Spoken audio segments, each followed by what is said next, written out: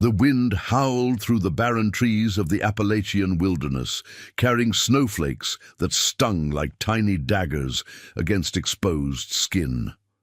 December 1832 had brought the harshest winter in memory to these mountains, and as darkness fell on, that fateful evening, the creaking wagon wheels finally gave out. Sophia Miller, 8 months pregnant and newly widowed, watched in helpless despair as the last of the travelers who had reluctantly taken her along continued down the narrow mountain pass, their lanterns fading into the swirling white void, leaving her alone with nothing but her grief and the child that kicked beneath her heart.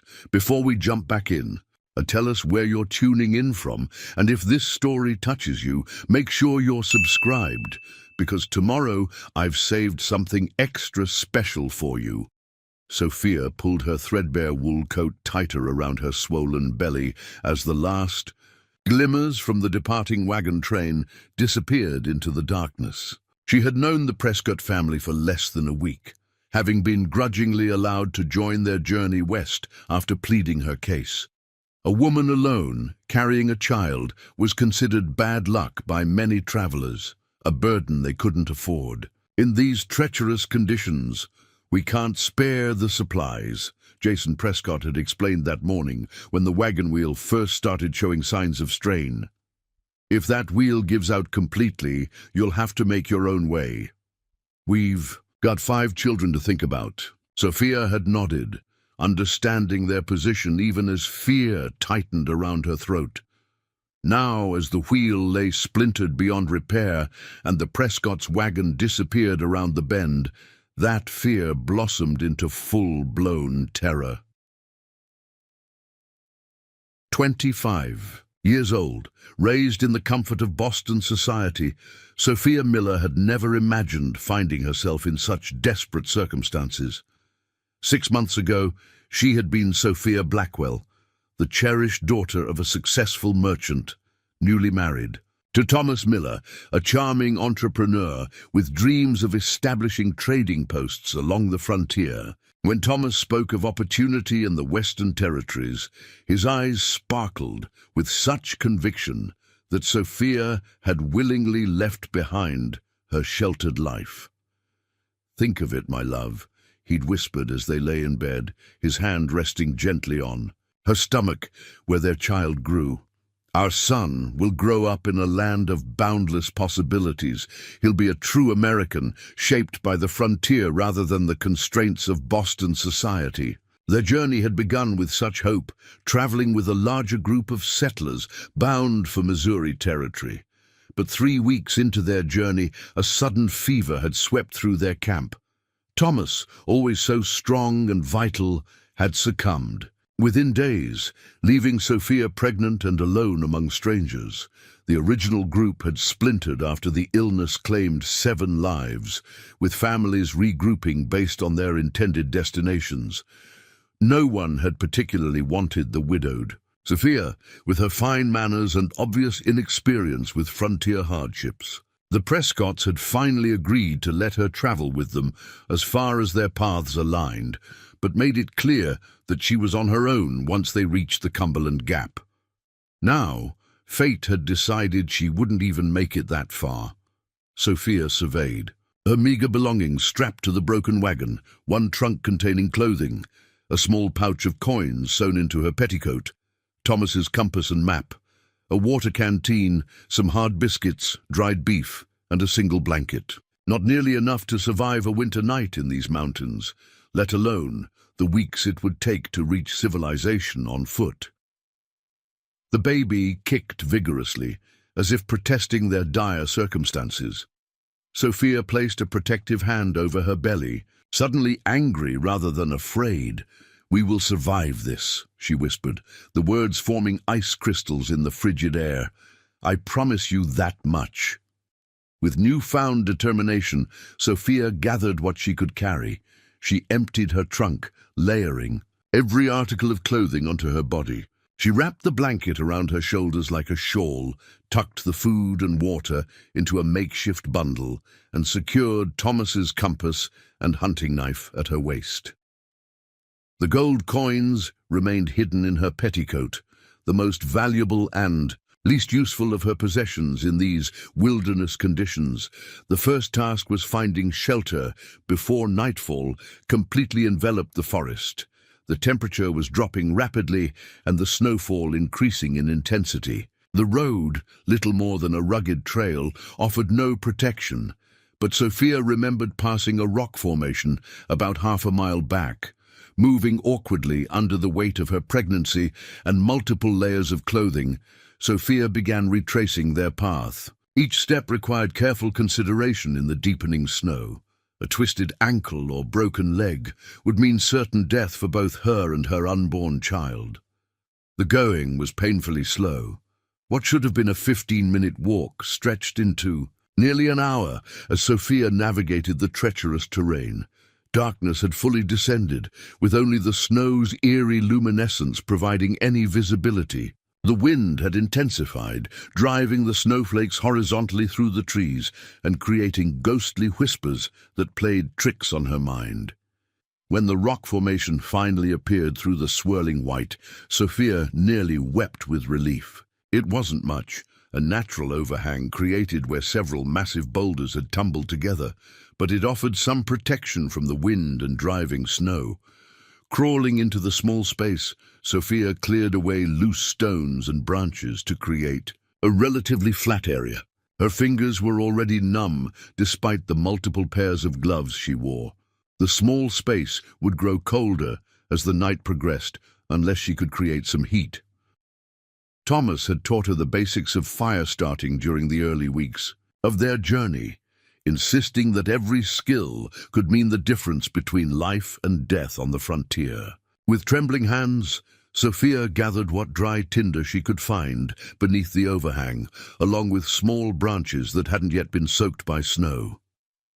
Using Thomas's flint and steel, she struck spark after spark, praying for just one to catch. After what seemed like hours, a tiny ember glowed among the tinder. Sophia bent close, carefully blowing life into the fragile beginning. The ember grew, caught a dried leaf, then a small twig. Within minutes, a modest fire pushed back the darkness of her small shelter. The immediate danger of freezing had been temporarily averted. But Sophia knew this was merely the first challenge of many. The provisions she carried would last 3 days at most. The baby was due within weeks, perhaps sooner given the stress of their situation. And these mountains held dangers beyond just the elements. Wolves, bears, and mountain lions all roamed these forests. As the night deepened and the storm raged outside her small sanctuary, Sophia forced herself to think practically rather than succumb to despair. She would need to find better shelter tomorrow, some place where she could potentially remain until after the baby was born. She would need to set snares for rabbits or squirrels to supplement her meager food supply, and she would need to find a source of fresh water once her canteen was empty. Skills she had barely begun to learn would now determine whether she and her child lived or died. The baby shifted again, a rolling movement beneath her ribs that momentarily took her breath away. Sophia placed both hands on her belly, focusing on that movement rather than the howling wind outside. "Your father believed we were meant for this frontier," she whispered. "He saw something in this wild land that called to his spirit. I didn't understand it then." She stared into the small, dancing flames of her fire. "Perhaps I'm beginning to now." As exhaustion finally overtook her, Sophia arranged herself as comfortably as possible in the confined space, keeping the fire between her and the opening to maximize warmth. Tomorrow would bring new challenges, but for tonight, they had survived the first test. It would have to be enough. What Sophia couldn't know as she drifted into uneasy sleep was that eyes had been watching her struggle through the snow, eyes that had observed her abandonment, her determination, and her skillful creation of shelter and fire. Eyes that now kept vigil from the darkness beyond her small haven, weighing choices that would alter the course of multiple lives in the days to come. Preparing and narrating this story took us a lot of time, so if you are enjoying it, subscribe. To our channel, it means a lot to us. Now back to the story. Dawn broke reluctantly through the heavy cloud cover, casting a grey pallor over the snow-covered landscape. Sophia woke to find her fire reduced to embers and her body stiff from the cold and uncomfortable position. For a moment, disorientation clouded her mind before the harsh reality of her situation came rushing back.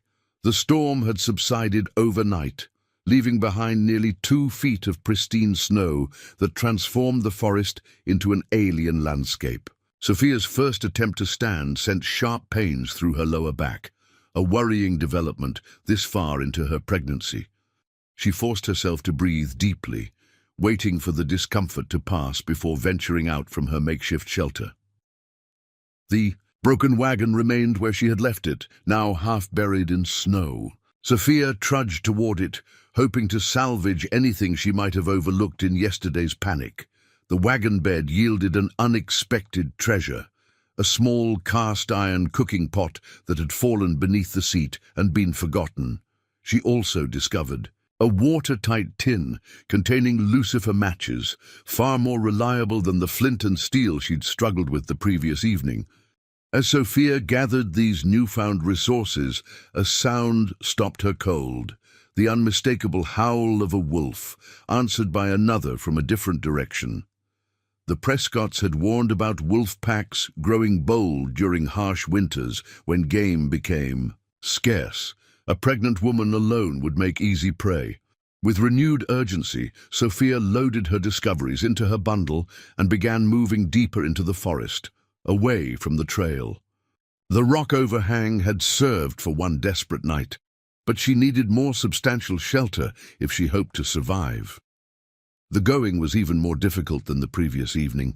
Each step required lifting her feet high above the deep snow, an exhausting process that drained her limited energy reserves. By midday, Sophia had covered less than a mile, and the gnawing emptiness in her stomach reminded her that she needed to conserve her meager food supplies. She allowed herself half a biscuit and a small strip of dried beef, washing it down with melted snow. The meal was hardly satisfying, but it quieted the worst of her hunger. The baby had been unusually still that morning, concerning Sophia, until a strong kick reassured her that the child remained resilient despite their circumstances. As afternoon approached, the temperature began to drop once more. Sophia knew she needed to find shelter and establish a fire before darkness fell again. Her search grew more desperate as the shadows lengthened, until finally she spotted what appeared to be a hollowed-out area beneath the massive roots of a fallen oak tree. Approaching the natural cavity, Sophia noticed something odd. The entrance showed signs of deliberate clearing, with broken branches neatly stacked to one side. Someone had used this shelter before, perhaps recently. The realization brought both hope and caution. Other people in these woods could mean rescue or additional danger. Carefully, Sophia examined the hollow. It extended several feet beneath the upturned root system, creating a space significantly larger than her previous night's shelter. Dried leaves had been arranged in one corner, forming a primitive but effective sleeping pallet. A ring of stones indicated a fire pit, with the roots above showing scorch marks from previous fires. Most telling of all, a small pile of dried firewood had been stacked just inside the entrance, enough for several days if used conservatively. This was no casual traveler's overnight stop, but some place that had been prepared for extended use. Sophia debated the wisdom of appropriating someone else's shelter, but as the temperature continued to drop and her exhaustion mounted, practicality won out over caution. She would use this place tonight and be gone by morning if possible. With shaking hands, she arranged kindling in the stone circle and struck one of her precious matches. The dry wood caught quickly, and soon a cheerful fire pushed back the gloom of the approaching evening. For the first time since being abandoned, Sophia felt a faint glimmer of hope. Using snow melted in her newly acquired pot, she made a thin broth with a small piece of her dried beef, extracting maximum nourishment from her limited supplies. The warm liquid spread through her body, easing some of the bone-deep chill that had settled into her limbs. As darkness claimed the forest once more, Sophia arranged herself on the leaf bed, surprised by its relative comfort. The smoke from her small fire vented effectively through a natural chimney formed by the arrangement of roots, maintaining warmth while preventing suffocation. Sophia was drifting towards sleep when a subtle shift in the atmosphere alerted her to a presence outside the shelter. The fine hairs on her arms rose as instinctive fear sharpened her senses. Someone or something was approaching. Gripping Thomas's hunting knife, Sophia pushed herself into a sitting position, eyes fixed on the entrance. A shadow moved against the snow-reflected moonlight, too deliberate to be an animal. A human figure stooped at the opening, then froze upon seeing the fire and Sophia's frightened face. For an endless moment, Sophia and the stranger regarded each other in tense silence. The figure was wrapped in furs and leather, making it impossible to discern age or gender. Then slowly, deliberately, gloved hands rose in the universal gesture of peace. "I mean no harm," a deep voice said, the words carefully formed as if English was not his first language. "This shelter mine, but you need more than I tonight." Relief and wariness battled within Sophia as she maintained her grip on the knife. "Who are you?" she demanded, trying to keep her voice steady. The figure remained at the entrance, making no move to enter uninvited. "I am called Nathan by white settlers, Cherokee healer from mountain people." He gestured toward her belly. "You carry child soon to arrive. Dangerous to be alone." Sophia's protective instincts warred with her desperate circumstances. This man, Nathan, claimed to be a healer. If true, he might represent her only chance of surviving childbirth in these mountains.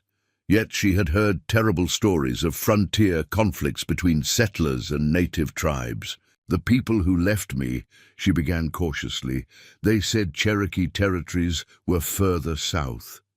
"Most tribe, yes," Nathan acknowledged. "Some of us remain in ancestral mountains, hidden from soldiers who force removal." There was both dignity and sorrow in his voice.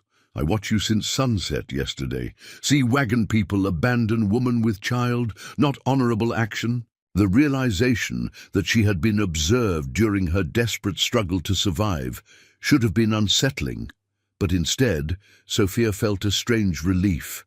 Someone had witnessed her abandonment, had seen her determination to survive, and rather than taking advantage of her vulnerability, this man had kept watch, perhaps even the vigil she had sensed as she fell asleep the previous night.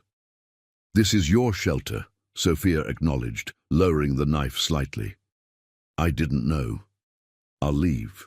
At first light, Nathan shook his head, snowflakes dislodging from his fur-lined hood with the movement. "Winter storm returns tomorrow. You stay." He gestured to the supplies she had scavenged. "Food, little. Child needs more." He placed a small bundle just inside the entrance, then backed away. "Rabbit, herbs for strength. I return morning." Before Sophia could respond, Nathan disappeared into the darkness, moving with a silence that seemed impossible in the creaking, snow-laden forest. Left alone once more, she cautiously examined his offering. The skinned rabbit would provide a substantial meal, and the bundle of dried herbs carried an unfamiliar but not unpleasant aroma. Trust did not come easily in her situation, but hunger and necessity made the decision for her. Using her pot and some snow, Sophia prepared a simple stew with small portions of the rabbit meat. The rich aroma made her realize how insufficient her previous meal had been. As she ate, Sophia considered the strange turn her circumstances had taken. Abandoned by her own kind, she now found herself dependent on the goodwill of a Cherokee healer who, by all rights, had more reason to distrust her than she him.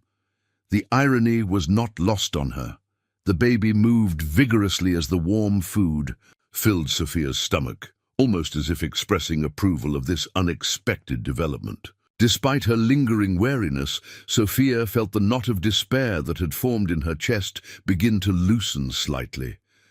"Perhaps we've found a friend, little one," she whispered, stroking her belly. "Or at least someone who doesn't wish us immediate harm." That night, with a fuller stomach and a more substantial shelter, Sophia slept deeper than she had since Thomas's death. Outside, the wind began to rise once more, carrying the promise of another storm. And somewhere in the darkness, watching, over the hollow beneath the fallen oak, Nathan kept his silent vigil. True to Nathan's prediction, Sophia woke to the sound of wind howling through the forest and fresh snow accumulating at the shelter's entrance. The second winter storm had arrived with vengeful force, making any thought of travel impossible. The fire had burned low during the night, but the well-designed shelter had retained enough warmth to keep the worst of the cold at bay. As Sophia carefully added small branches to revive the flames, a shadow appeared at the entrance. Nathan arrived bearing additional firewood and a deerskin pouch. His movements were deliberate yet graceful as he arranged the wood near the fire pit without intruding too far into the shelter. "Storms stay 3 days," he announced, his breath visible in the cold air. "Water frozen soon, use snow." He placed the deerskin pouch within her reach. "Medicine for woman carrying child. Make tea." Sophia eyed the pouch with cautious interest. In Boston, she had access to reputable doctors and midwives who had guided her through the early months of pregnancy. Out here, this Cherokee healer represented her only hope of medical knowledge. "What kind of medicine?" she asked, unwilling to blindly consume unknown substances. Nathan's expression remained impassive, but approval flickered in his dark eyes at her question. "Raspberry leaf strengthens womb. Nettle brings iron for blood. Chamomile calms spirit." He pointed to each dried herb as he named it.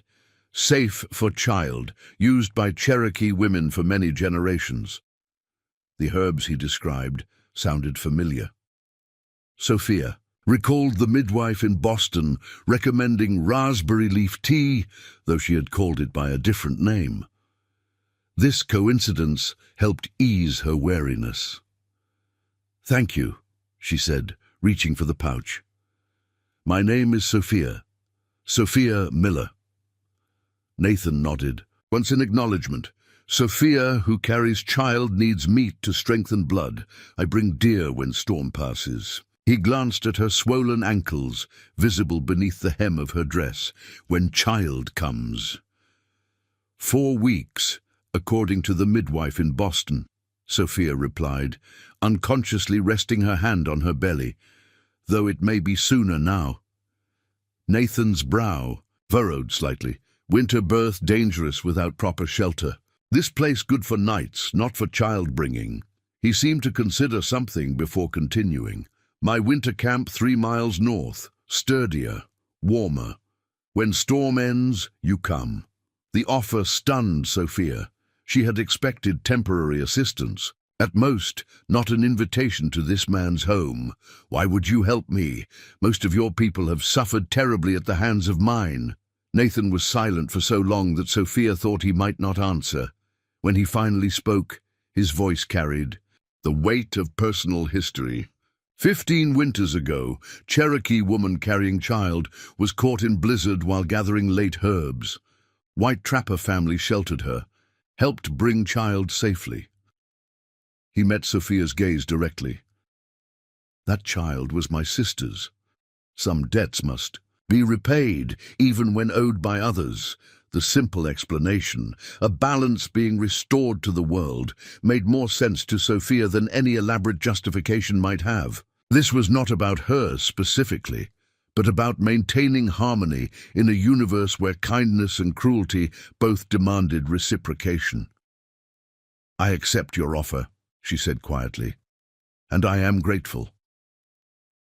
Nathan nodded, satisfied with the exchange. Before departing, he demonstrated how to prepare the herbal tea properly and showed her where he had stored additional food, dried berries and more rabbit meat, in a small cache beneath a loose stone in the shelter wall. "Rest today. Save strength," he advised. "I return tomorrow with more wood."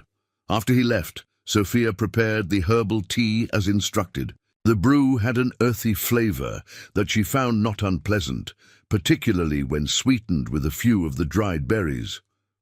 Almost immediately, she felt the tight muscles in her lower back begin to relax. The storm intensified throughout the day, wind driving snow through the forest with such force that it created drifts several feet high around the shelter entrance. Sophia maintained the fire carefully, conserving the precious firewood while ensuring sufficient warmth. The physical demands of survival left little time for the grief that had been her constant companion since Thomas's death. Though occasionally, when adding wood to the fire or preparing food, she found herself imagining him beside her, offering encouragement. "You always said I was stronger than I knew," she whispered to his memory as she melted snow for drinking water. "I hope you were right."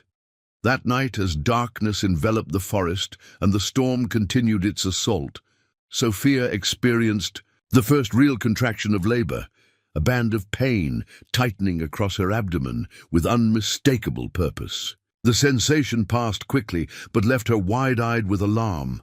The baby wasn't due for weeks. It was too soon. Remembering what the Boston midwife had told her about false labor, Sophia tried to remain calm. First pregnancies often gave warning, signs weeks before actual delivery. Still, she sipped more of the raspberry leaf tea, recalling that it was specifically meant to prepare the womb. An hour passed before another contraction arrived, stronger than the first. Sophia began counting, the minutes between each occurrence, growing increasingly concerned as they established a pattern, irregular but undeniable. By midnight, the contractions were coming every 20 to 30 minutes, each one slightly more intense than the last. "Not yet," she pleaded, rubbing her belly. "Please, not during a blizzard in a hollow tree." Whether from her pleas or the herbal tea, the contractions gradually spaced further apart and diminished in strength. By dawn, they had subsided entirely, leaving Sophia exhausted but relieved. Nevertheless, the warning was clear. The child would not wait much longer. The second day of the storm brought unexpected challenges. A branch from a neighboring pine crashed down near the entrance, partially blocking it and allowing snow to accumulate inside. Sophia spent precious energy clearing the obstruction, her fingers growing numb despite multiple layers of gloves. The exertion brought a return of the contraction-like pains, though milder than before. Nathan arrived as promised, materializing through the swirling snow like a spirit. He took in the situation immediately, the fallen branch, Sophia's exhaustion, the signs of premature labor she reluctantly described. "Child responds to mother's distress," he explained, efficiently rebuilding the entrance to better protect against the elements. "Forest knows winter is time of waiting, not birthing. Your body fights two battles, survival and child-bringing." From a pouch at his waist, he produced new herbs, different from the previous days. "Sleep medicine," he said, showing her how to prepare it. "Rest today. Tomorrow's storm ends, then we travel to better shelter." The sleeping draught worked effectively, allowing Sophia to achieve the deep rest her body desperately needed. She slept through most of the day, waking only when necessary to tend the fire or eat small portions of the provisions Nathan had provided. By the third morning, the storm had spent its fury. Sunlight filtered through the trees, reflecting blindingly off the transformed landscape. Snow covered everything, smoothing the forest's rough contours into gentle shapes that belied the deadly cold they represented. Nathan arrived earlier than on previous days, carrying snowshoes crafted from bentwood and rawhide. For walking on deep snow, he explained, helping Sophia secure them to her boots and demonstrating the altered gait required for their use. "How far did you say your camp was?" Sophia asked, apprehension building as she contemplated the journey ahead. 3 miles, Nathan replied. "Difficult with child weight, but necessary. More storms come soon. Today, clear path is offered by spirits. Must accept." Before departing, Sophia gathered her few possessions, Thomas's compass, the cooking pot, the remaining food, and her bundle of extra clothing. Nathan fashioned a walking stick to help her balance with the unfamiliar snowshoes. The journey proved even more challenging than Sophia had anticipated. Despite the snowshoes preventing her from sinking completely, each step required lifting her feet higher than normal, placing tremendous strain on her already taxed body. Nathan set a deliberately slow pace, frequently pausing to allow her rest. "Your strength surprises," he commented during one such break, genuine respect evident in his voice. "Many would have surrendered to forest after abandonment."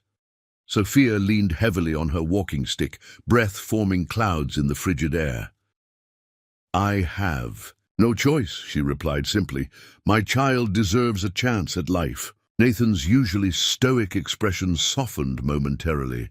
Choice always exists, even choosing to continue when path seems impossible.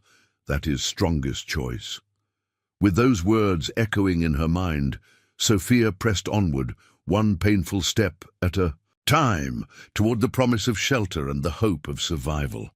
By midday, Sophia's strength was flagging. Despite Nathan's carefully planned rest periods, the journey through knee-deep snow had taken its toll.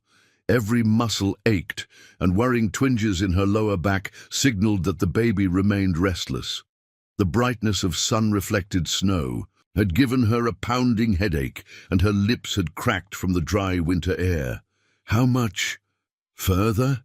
She managed between labored breaths during their latest pause. Nathan studied her condition with the critical eye of a healer. "Less than mile now, but you need rest longer." He gestured to a fallen log cleared of snow. "Sit. Drink water." Gratefully, Sophia eased herself onto the makeshift seat. As she sipped from the water skin Nathan offered, she noticed his attention. Shifting to the forest behind them, his expression suddenly alert. "What is it?" she asked, instantly concerned. "Tracks following," he replied, his voice lowered. "Men, 3, maybe 4, with rifles." Fear shot through Sophia like ice water. "The Prescotts?" Nathan shook his head. "Not wagon people. These come from east. Heavy boots. Military maybe, or hunters." His expression darkened. "Bad men sometimes. Use winter to hunt Cherokee. Government bounties still paid in some territories, though officially ended." The implications chilled Sophia more deeply than the winter air. Native hunters would be familiar with tracking in these conditions. If they were following Nathan, "They're hunting you," she realized aloud. "And I'm slowing you down." "Perhaps. Hunting, perhaps not," Nathan replied, his tone deliberately neutral. "But hurry now important." With renewed urgency, they resumed their journey. Nathan adjusted their path, leading them through denser portions of the forest where overhanging evergreens had prevented snow from accumulating as deeply. The going was slightly easier, but the tension radiating from her guide transferred to Sophia, making each sound in the forest, a branch creaking under snow weight, ice cracking on a distant tree, seem ominous. After another hour of travel, the forest began to thin, revealing a small valley nestled between protective ridges. Nathan pointed toward a barely visible structure tucked against the southern ridge. "Winter camp," he explained, "hidden from valley trails, safe from storm winds." As they approached, Sophia could make out more details. Unlike the crude temporary shelters she had imagined, this was a substantial dwelling, partially built into the hillside with a stone foundation and sturdy log walls. A stone chimney emerged from one side, wisps of smoke suggesting an active hearth within. Near the structure stood a smaller outbuilding that appeared to be a storehouse or smokehouse. "You live here alone?" Sophia asked, surprised by the size and permanence of the dwelling. "Winter hunting camp," Nathan clarified, "used by my family for many generations. Now just me during hunting season." A shadow passed across his features. "Most of clan moved west with forced relocation. I remain as healer for those who hide in mountains." Before Sophia could inquire further, Nathan suddenly stiffened, his hand raised for silence. In the stillness that followed, Sophia heard it. Into the distant sound of voices, men calling to each other through the forest. "Inside quickly," Nathan urged, supporting her arm as they covered the final distance to the cabin. The interior of the dwelling surprised Sophia with its craftsmanship and comfort. A central hearth provided both warmth and cooking capability, with smoke rising through a cleverly designed chimney system. Furs lined the walls for additional insulation, and handcrafted furniture, a table, chairs, and a platform bed covered in deerskins, offered pragmatic comfort. Dried herbs and meat hung from ceiling beams, while pottery vessels containing various supplies lined shelves built into the walls.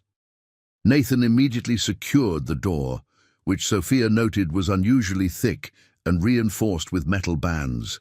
"Rest. Now," he instructed, guiding her to the bed, "I check who follows." "If they're dangerous," Sophia began, her concern evident, "shouldn't we both hide?" Nathan's expression remained impassive, but something like grim humor flickered in his eyes. "Hiding woman with child difficult. Better to know enemy first." He pulled a worn leather case from beneath the bed, revealing an old but well-maintained Pennsylvania long rifle. "This speak, if necessary." As Nathan disappeared through a back entrance, Sophia hadn't initially noticed. She sank onto the bed, grateful for the relative comfort after days of inadequate rest. The warmth of the hearth eased her aching muscles, and for the first time since being abandoned, she felt truly safe. The cabin's walls, solid and reassuring, stood between her and the wilderness that had nearly claimed her life. Her momentary peace was disrupted by the baby shifting vigorously, followed by a contraction, stronger than those she had experienced in the hollow tree. Sophia breathed through it, using techniques the Boston midwife had taught her, but anxiety resurged. The journey had accelerated things. The baby was responding to her physical stress. When the contraction passed, Sophia explored her surroundings more thoroughly, seeking distraction from her concerns. Near the hearth, she discovered a wooden cradle, beautifully carved with symbols she didn't recognize. Its presence in a hunting cabin used by a solitary man puzzled her. Other details suggested this was more than just a temporary shelter. Cherokee artifacts mixed with items of obvious European origin, hand-forged cooking utensils, a cast-iron Dutch oven, even several books stacked on a small table. One volume lay open, its pages covered in neat handwritten English alongside what appeared to be Cherokee syllabary. Sophia was examining this unexpected library when Nathan returned, his expression grave. "Bounty hunters," he confirmed. "4 men, following my tracks from root shelter." He secured the back entrance before continuing. "They saw 2 trails. Know I not alone." "What will they do?" Sophia asked, fear constricting her throat. "Search area before dark. Hunting Cherokee brings gold. Finding white woman with Cherokee brings questions." He checked the rifle's mechanism with practiced hands. "They must not find this place. Can we hide somewhere else? Further into the mountains?" Even as she suggested it, Sophia knew it was impossible. Her condition wouldn't allow further travel, especially with armed men searching the forest. Nathan shook his head. "Storm returns tonight. They seek shelter soon." He gestured toward the valley. "Old trapper cabin 2 miles east. They likely go there." As if confirming his prediction, the distant voices grew fainter, moving away from their location.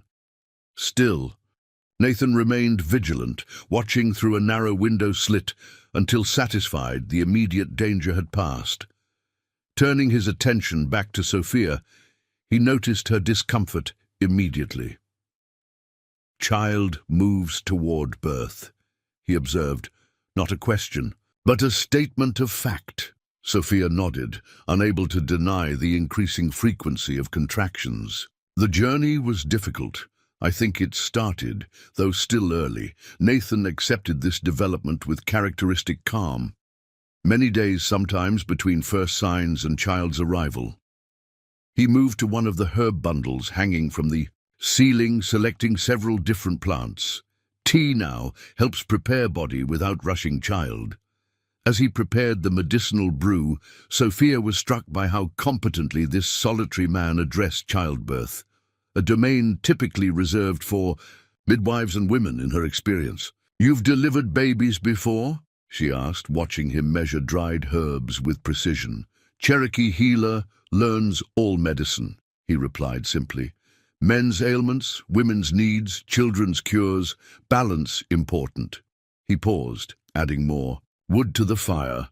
My grandmother was respected birth helper, taught me plant medicine for women. Not unusual among my people for men to learn such things."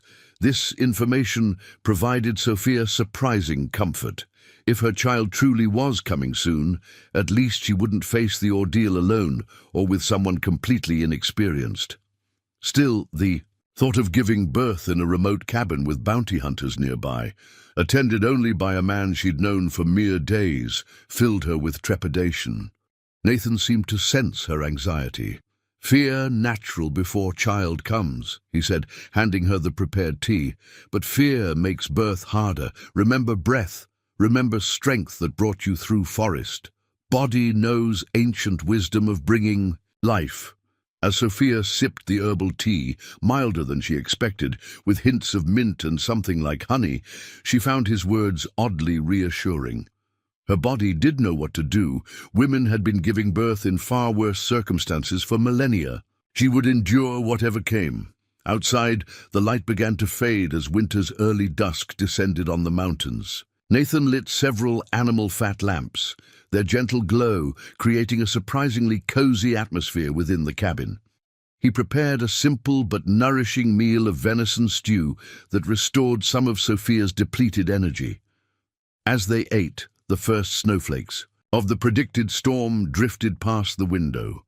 Soon, a steady curtain of white obscured the valley below, and the wind rose to a mournful howl around the sturdy cabin walls.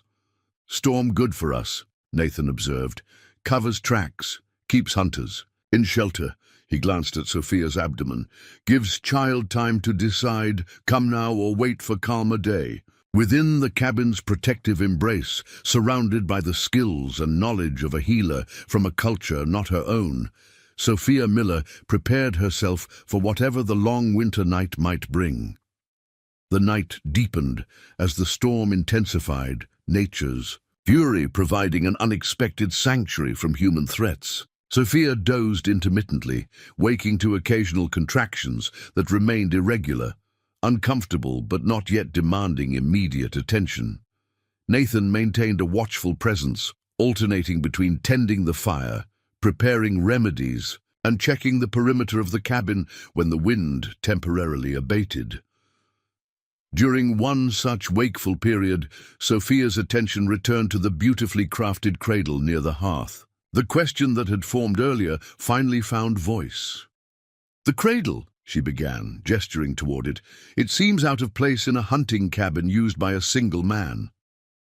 Nathan's hands paused in their work of grinding herbs. Something flickered across his face, a shadow of memory perhaps, or old pain. "It was carved for my son," he said finally, "many winters ago." The simple statement contained volumes of unspoken history. Sophia hesitated, uncertain whether to inquire further. "You don't need to tell me," she offered. "I didn't mean to pry into painful memories." Nathan resumed his methodical grinding. "Pain not erased by silence," he replied. "Sometimes story wants to be told." He set aside his work and added a log to the fire, watching the flames rise before. Continuing, I had wife once, Sarah, daughter of Cherokee mother and Scottish trader. She knew both worlds, moved between them like deer through forest. Pride mingled with sorrow in his voice. When soldiers came with removal orders, we fled to mountains instead of walking Trail of Tears west. Sarah carried our child. Sophia listened intently, recognizing the rare privilege of hearing this proud man speak of his personal history. Winter that year came early, like this one. We reached this hunting camp of my ancestors, prepared for child's arrival. Nathan's gaze fixed on the cradle. I carved this while waiting, putting protection symbols of Cherokee and Christian faiths both, as Sarah wished. His silence stretched long enough that Sophia thought the story had ended, but eventually he continued. Birth was difficult. Child came, strong boy with his mother's eyes, but bleeding wouldn't stop. Nathan's voice remained steady, though. The pain was evident in his controlled delivery. I used every healing plant known to Cherokee medicine, prayed to old gods and knew nothing worked. The familiar tragedy, childbirth's danger claiming mothers throughout human history, hung heavy in the cabin air. Sarah lived 3 days after son's birth, named him Jonathan for her father. He lived 6 more days before joining her. Nathan's hand rested briefly on the cradle's edge. I buried them together on ridge above cabin, where morning sun reaches first. Sophia's throat tightened with empathy. How long ago? 12 winters, Nathan replied. I continued as healer for those who remained hidden in mountains, learned more medicine from books, from traveling doctors who didn't care I was Cherokee. He gestured to the unexpected library Sophia had noticed earlier. Studied bleeding sickness especially. Too late for Sarah, but perhaps not for others. The revelation cast Nathan's willingness to help her in new light. This wasn't merely repaying an old debt as he had claimed, it was something more profound. Every pregnant woman in distress perhaps carried Sarah's ghost for him. Another chance to change an outcome he couldn't alter 12 years ago. I'm sorry for your loss, Sophia said simply, words inadequate, but sincere. Nathan acknowledged her sympathy with a slight nod. Life continues, even after great sorrow. He glanced meaningfully at her swollen belly. Your child brings new story to world. Their conversation was interrupted by a much stronger contraction that had Sophia gasping and clutching her abdomen. This one felt different, a powerful wave that started in her back and wrapped around to her front, lasting nearly a minute. Nathan observed her reaction carefully. Labor strengthens, he noted. Still time between, but child decides to come. During storm. As the contraction subsided, leaving Sophia breathless, a new sound penetrated the howling wind. Distant voices and the bark of a dog. Nathan moved swiftly to the window slit, watching intently. Hunters move through storm, he reported, his voice tight with concern. Torches visible through trees, coming this direction. Why would they leave shelter in this weather? Sophia asked, fear renewing despite her exhaustion. Dog caught scent perhaps, or shelter leaked, drove them out. Nathan's expression darkened. Does not matter why. Matters only that they come. He retrieved the Pennsylvania rifle, checking its priming with practiced efficiency. You stay silent. I lead them away from cabin. No, Sophia protested, struggling to sit upright. You can't go out there. The storm, they're armed. Another contraction cut off her objections, this one following more quickly than expected. Nathan regarded her with calm resolve. Cannot shoot from here. Too dangerous with child coming. He selected several items from his stores, a water skin, pemmican, flint and steel. Cabin hidden against ridge, unless standing directly before it. I draw them east, away from here. And if they catch you? Sophia demanded, breathing through the subsiding pain. Not easy to catch Cherokee in forest even with dog. A hint of pride colored his voice. Many places to hide, to double back. Storm helps conceal tracks. Unwilling to simply watch him walk into danger, Sophia tried another approach. What if the baby comes while you're gone? I can't do this alone.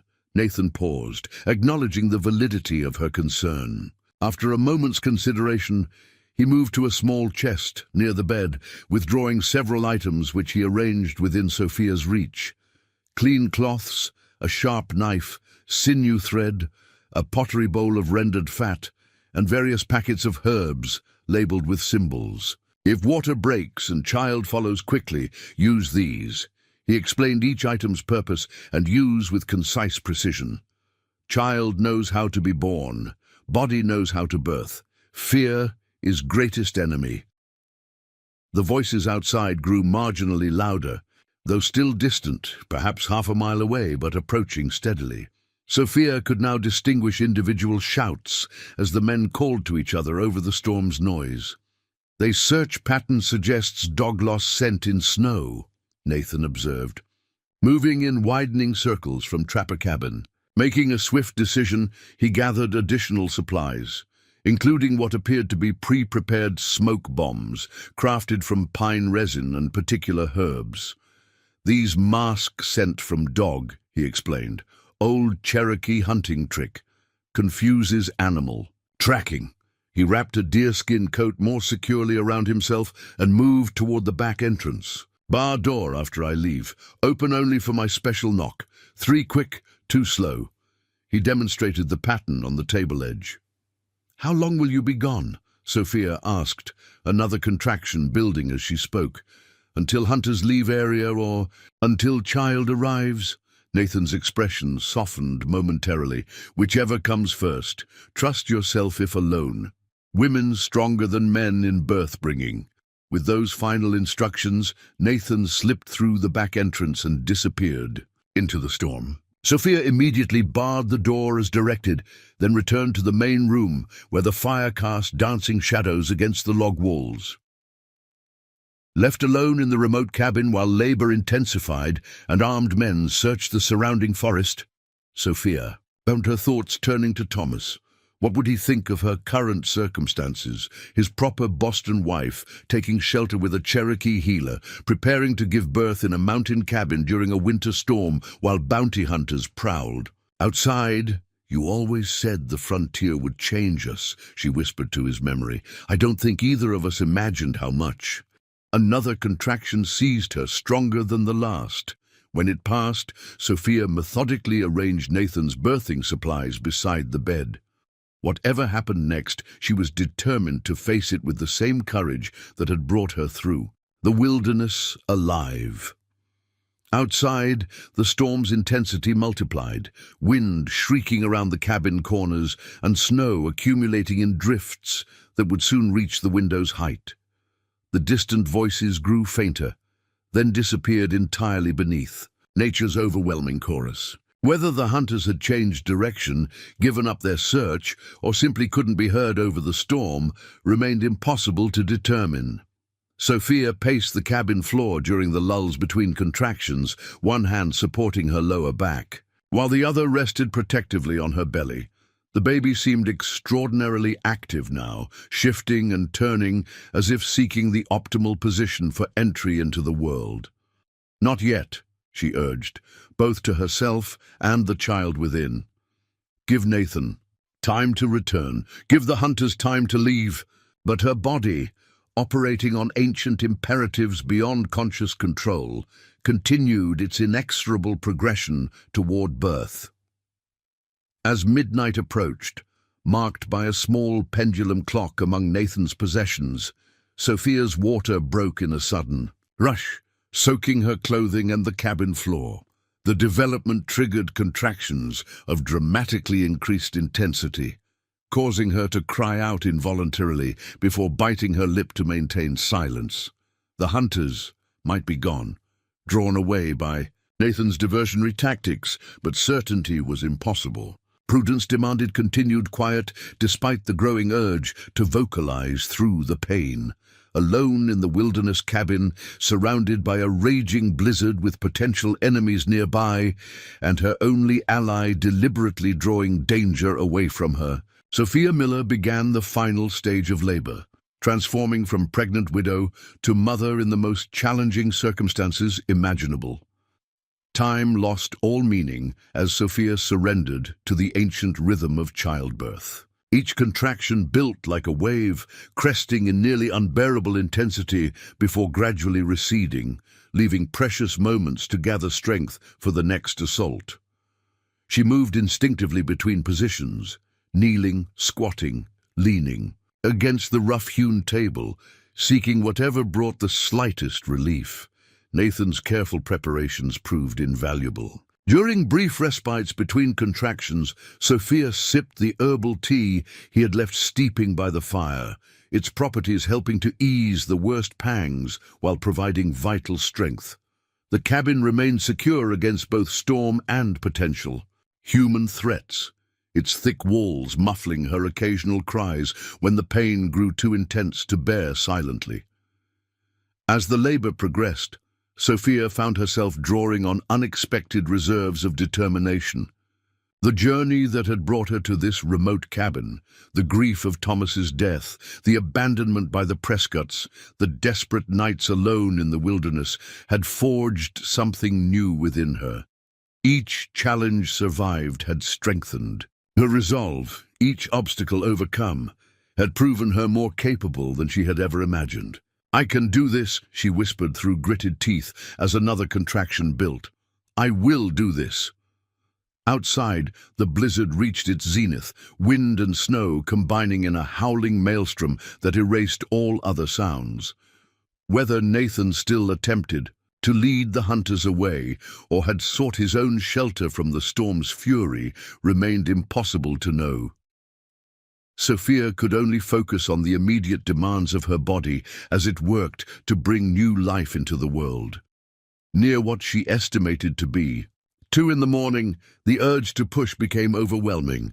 Following instincts as old as humanity, Sophia positioned herself near the bed, kneeling while supporting her upper body on its edge. The cradle carved for Nathan's son stood nearby, its presence both poignant and encouraging, a symbol of hope despite past tragedy. "Come now, little one," she encouraged between labored breaths. "It's time to meet your mother." The next contraction brought searing pressure and the distinct sensation of the baby moving downward. Sophia pushed with all her strength, a primal sound escaping her throat despite attempts to remain quiet. 3 more powerful contractions followed in rapid succession, each bringing progress she could feel but not see. After the 4th push, Sophia reached down and felt the baby's head crowning. An indescribable moment of wonder amid the pain. One more tremendous effort brought the head fully into the world, the shoulders following with the next contraction. With a final push and a rush of fluid, her child slipped completely free of her body and into her waiting hands. A girl, a perfectly formed daughter with a cap of dark hair, her tiny face scrunched in protest at the sudden change in environment. For one heart-stopping moment, the baby remained silent, and Sophia felt panic rising. Then came the indignant wail, strong and vital, announcing her arrival to the empty cabin. Moving with instinctive precision despite her exhaustion, Sophia cleared the baby's mouth and nose with her finger, as she had seen midwives do, then used one of Nathan's clean cloths to wipe the birth fluids from the newborn's skin. She tied and cut the umbilical cord with the implements he had provided, wrapped her daughter in the softest deerskin, and held her close to share body warmth. "Hello, Elizabeth," she whispered, the name she and Thomas had chosen if their child was a girl. "Welcome to this world, little fighter." The afterbirth delivered without complication, Sophia managed to clean herself and change into the spare clothing from her bundle. The physical ordeal left her trembling with exhaustion, but the rush of love for the tiny being in her arms provided a different kind of strength. Moving carefully to the hearth, she added wood to build the fire higher, ensuring the cabin remained warm enough for her newborn. Elizabeth had settled against her mother's chest, her earlier cries subsiding into occasional whimpers as she adjusted to existence outside the womb. "Your father would have adored you," Sophia told her, tracing a gentle finger along the perfect curve of her daughter's cheek. "He had such dreams for us in this new land." Her voice caught on unexpected emotion. "Different dreams than this, perhaps, but we'll find our way." As dawn approached, bringing faint grey light through the snow-crusted window, Sophia managed to position herself on the bed with Elizabeth securely nestled in the crook of her arm. Despite her intention to remain vigilant, the profound exhaustion of childbirth soon pulled her into deep sleep. She woke with a start to the sound of the promised knock, 3 quick, 2 slow, at the back entrance. Disoriented momentarily, Sophia clutched Elizabeth closer before remembering Nathan's signal. "Who's there?" she called, her voice hoarse from exertion. "Nathan," came the reply, muffled by the thick door. "Hunter's gone. Safe now." Relief flooded through her as she carefully rose, cradling Elizabeth securely while moving to unbar the door. Nathan entered quickly, bringing a blast of cold air and snowflakes before securing the entrance behind him. His clothing was crusted with ice, his face bearing signs of extreme exposure to the elements, but his eyes remained alert and assessing. Those eyes widened slightly at the sight of the bundle in Sophia's arms. "Child came," he stated, a hint of concern breaking through his usual reserve. "You birthed alone." "Elizabeth arrived safely," Sophia confirmed, adjusting the wrap to reveal her daughter's face. "Your preparations helped more than you can know." Nathan approached cautiously, his gaze softening as he observed the newborn. With gentle movements that belied his considerable size and strength, he examined the baby without taking her from Sophia's arms, checking her color, respiration, and reflexes with experienced precision. "Strong girl child," he pronounced, satisfaction evident in his voice.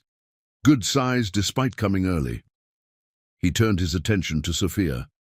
"And mother, bleeding controlled?" Sophia nodded, touched by his professional concern despite what must have been his own ordeal in the blizzard. "Everything happened as you said it might. I remembered your instructions." Nathan nodded approvingly, then moved to remove his frozen outer garments. As he hung them near the fire to thaw, Sophia noticed a dark stain spreading across his left sleeve. "You're injured," she gasped, suddenly registering what exhaustion and childbirth had prevented her from seeing immediately. Nathan glanced at his arm with detached interest. "Bullet grazed only. Hunter shot at movement in trees. Poor aim in storm." He pulled back the torn fabric to reveal a shallow furrow across his upper arm, bloodied but not life-threatening. "Let me help," Sophia insisted, carefully placing Elizabeth in the cradle before retrieving Nathan's medical supplies. The least she could do was tend his wound after all he had done for her. As she cleaned and bandaged his arm, Nathan recounted the night's events in his characteristically economical style. The hunters had indeed followed the false trail he created, venturing far enough east to become thoroughly disoriented when the storm intensified. Their dog, more sensible than its masters, had eventually led them back toward the trapper's cabin rather than continuing a futile search. "They leave mountains when storm passes," Nathan predicted. "Bounty not worth freezing death." With the immediate danger past and Elizabeth sleeping peacefully in the cradle, Sophia felt the full impact of the past days crashing upon her. The journey through deep snow, the terror of the hunter's approach, the intensity of childbirth, all combined in a wave of delayed reaction that left her shaking. Nathan recognized the symptoms immediately. "Shock comes after danger passes," he explained, guiding her back to the bed. "Body fights, then trembles when fight done." He prepared a warm drink different from the previous medicinal teas. This, one smelling of mint and honey. Rest now, both safe. My turn to watch. As Sophia sipped the soothing liquid, a question that had formed during the long hours of labor finally found voice. What happens when the weather clears? Elizabeth and I can't impose on your kindness indefinitely. Nathan considered this as he tended the fire. Winter in mountains lasts many more weeks, not safe to travel with newborn until paths clear. He gestured toward the well-stocked cabin. Provisions sufficient for 3, no imposition. And after winter? Sophia pressed, needing to understand what future might await her and her daughter. The original plan, joining Thomas in establishing a trading post, had died with him. The prospect of continuing alone to Missouri territory with an infant seemed impossible, yet returning to Boston would mean admitting defeat and facing the pitying stares of former friends. Nathan seemed to understand the deeper question behind her words. Spring brings choices, he said simply. Cherokee say rushing river eventually finds path to ocean. Your path will reveal itself when time right. Exhaustion finally overcame Sophia's concerns about the future. With Elizabeth safely sleeping in the cradle beside her and Nathan standing guard against any remaining threats, she surrendered to much-needed rest. Outside, the storm gradually subsided, leaving the mountain world transformed beneath a pristine blanket of snow. Inside the cabin, an unlikely family, Boston widow, Cherokee healer, and newborn frontier child, found temporary sanctuary from both natural elements and human prejudice, their lives intertwined by circumstance and survival. The days following, Elizabeth's birth established a new rhythm in the mountain cabin. Nathan's experience with infants proved invaluable as he guided Sophia through the challenges of early motherhood in frontier conditions. He showed her how to create soft, absorbent diapers from rabbit skins, prepared special teas to encourage her milk production, and crafted a secure sling that allowed her to carry Elizabeth close while keeping her hands free for necessary tasks. Life settled into peaceful routine despite the harsh winter conditions outside. Sophia gradually regained her strength, taking on increasingly more cabin duties as her body healed. Nathan continued to hunt during brief, clear periods between storms, returning with rabbits, wild turkey, and once, a young deer that provided meat for several weeks. "You've been so kind to us," Sophia commented one evening as they shared a meal near the hearth, Elizabeth sleeping contentedly in her cradle. "I can never repay your generosity." Nathan looked up from mending a snowshoe, his expression thoughtful. "Cherokee do not measure kindness with payment. Life demands balance, giving when others need, receiving when we need." He set aside his work. "But if you wish to contribute, I can teach skills useful for mountain survival." Thus began Sophia's education in frontier life under a most unexpected tutor. Each day brought new knowledge: how to identify edible plants even beneath snow cover, how to follow game trails, how to preserve meat without salt, how to read weather changes in cloud patterns and animal behavior. Her soft hands grew calloused, but capable, her city-bred sensibilities giving way to practical wilderness wisdom. "My father would be scandalized," she laughed one afternoon while scraping a deer hide, Elizabeth watching from her sling. His properly raised daughter, living in a cabin with a Cherokee man, learning to tan hides. Nathan continued sharpening his hunting knife without looking up. Many white women captured by tribes in war refused return when rescued, found different freedom in native life. He tested the blade's edge with his thumb. "Not all civilization. Improvements make better lives." This observation resonated with Sophia more deeply than she expected. Boston society had certainly offered comforts and refinements absent in this mountain cabin, but it had also confined women within rigid expectations of behavior and purpose. Here, necessity demanded she develop strength and skills she would never have discovered in her previous life. Thomas wanted to build something new on the frontier, she mused, continuing her work on the hide. Something that took the best of civilization while embracing the freedom of this land. Her voice softened. I think he would approve of what I'm learning, though perhaps not the circumstances. Wise man, Nathan commented. New world needs new thinking, not just old ways in new places. As January yielded to February, the winter maintained its grip on the mountains, though the days gradually lengthened and occasional thaws hinted at eventual spring. Elizabeth thrived despite the harsh conditions, gaining weight and responding, with increasing awareness to her surroundings. Her dark eyes, so like Thomas's, studied everything with apparent fascination, particularly Nathan, whose deep voice seemed to captivate her attention whenever he spoke. During this period, Sophia learned more about Nathan's unusual history. Unlike many Cherokee who had remained hidden in these mountains, he straddled both worlds with remarkable adaptability. His father had been a respected tribal healer, but had also formed a cautious friendship with a frontier doctor, leading to Nathan's unique combination of traditional and European medical knowledge. Father believed wisdom belongs to no single people, Nathan explained while demonstrating how to create a poultice for Elizabeth's minor diaper rash. Many paths to healing. Cherokee use plant known to white doctors as witch hazel for same purpose, different names. This philosophical openness extended beyond medicine.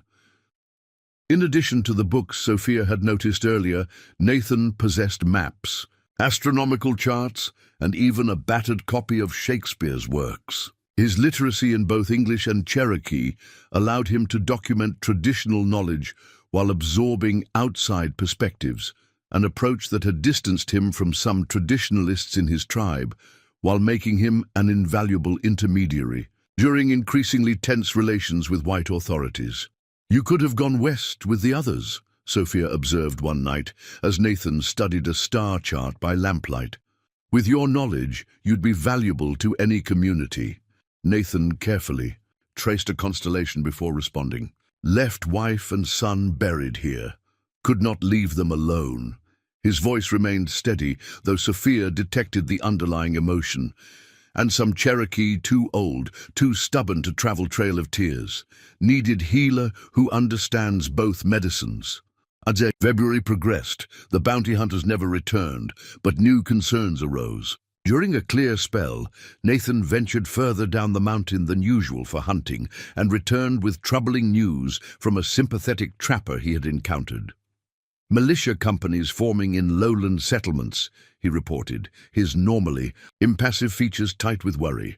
Talk of final solution to Indian problem in mountains before spring planting. Governor signed new removal order. But President Jackson's Indian Removal Act was years ago, Sophia protested.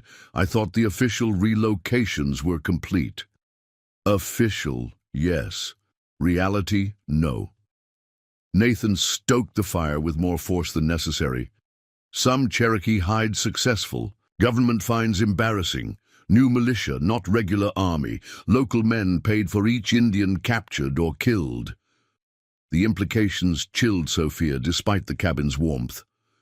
They're coming here, to these mountains, when snow melts enough for horses on mountain trails. April, perhaps. Nathan's expression revealed rare uncertainty. Need to consider options before then. This development cast a shadow over their previously peaceful coexistence.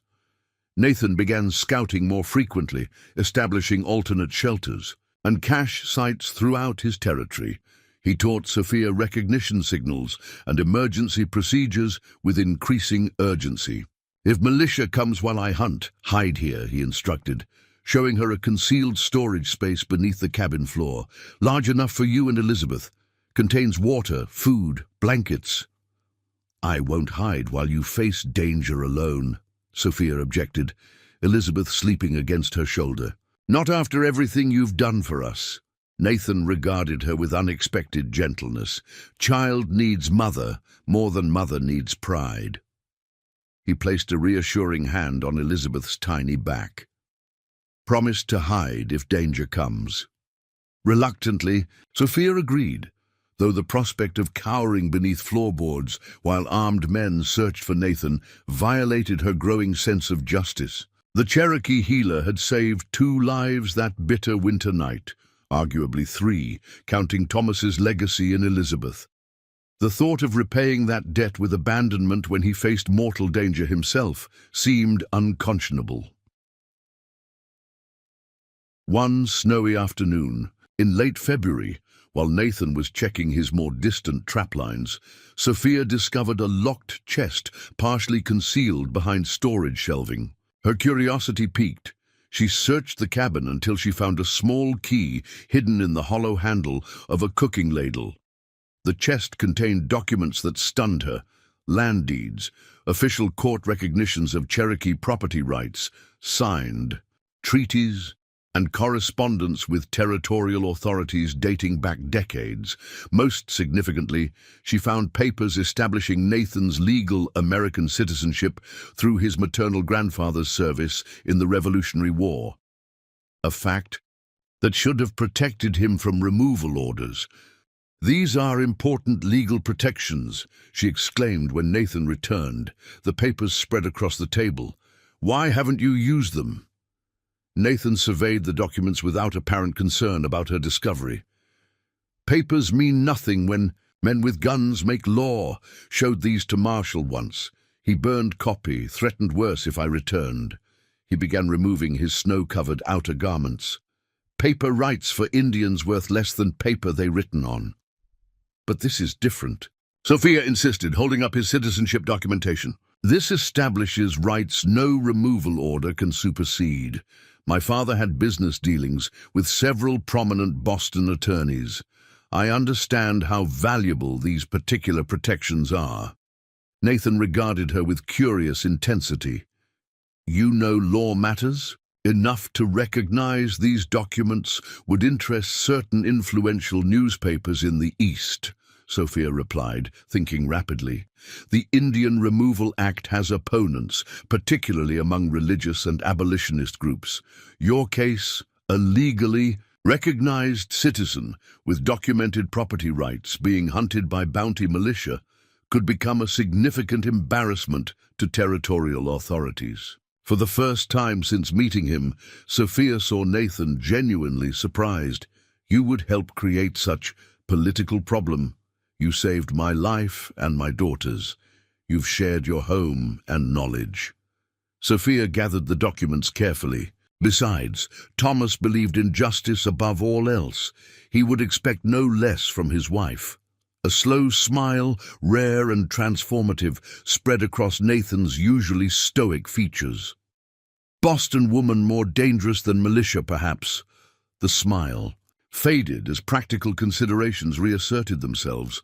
But how to reach newspapers, mountains still snow-locked for weeks? This practical obstacle temporarily dampened Sophia's determination, but her mind continued working on possible solutions as February gave way to March. The weather remained treacherous, with deceptive warm days followed by vicious storms that maintained winter's grip on the higher elevations. During this time, Elizabeth reached new developmental milestones, smiling responsively, holding her head steady, showing stronger recognition of both adults caring for her. These achievements provided joy amid growing concerns about the future, each small victory a reminder of what was at stake.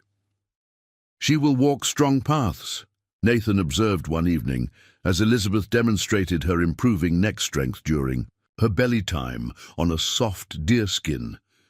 "Spirit shows already." Sophia nodded agreement, maternal pride mixing with growing anxiety about what spring might bring.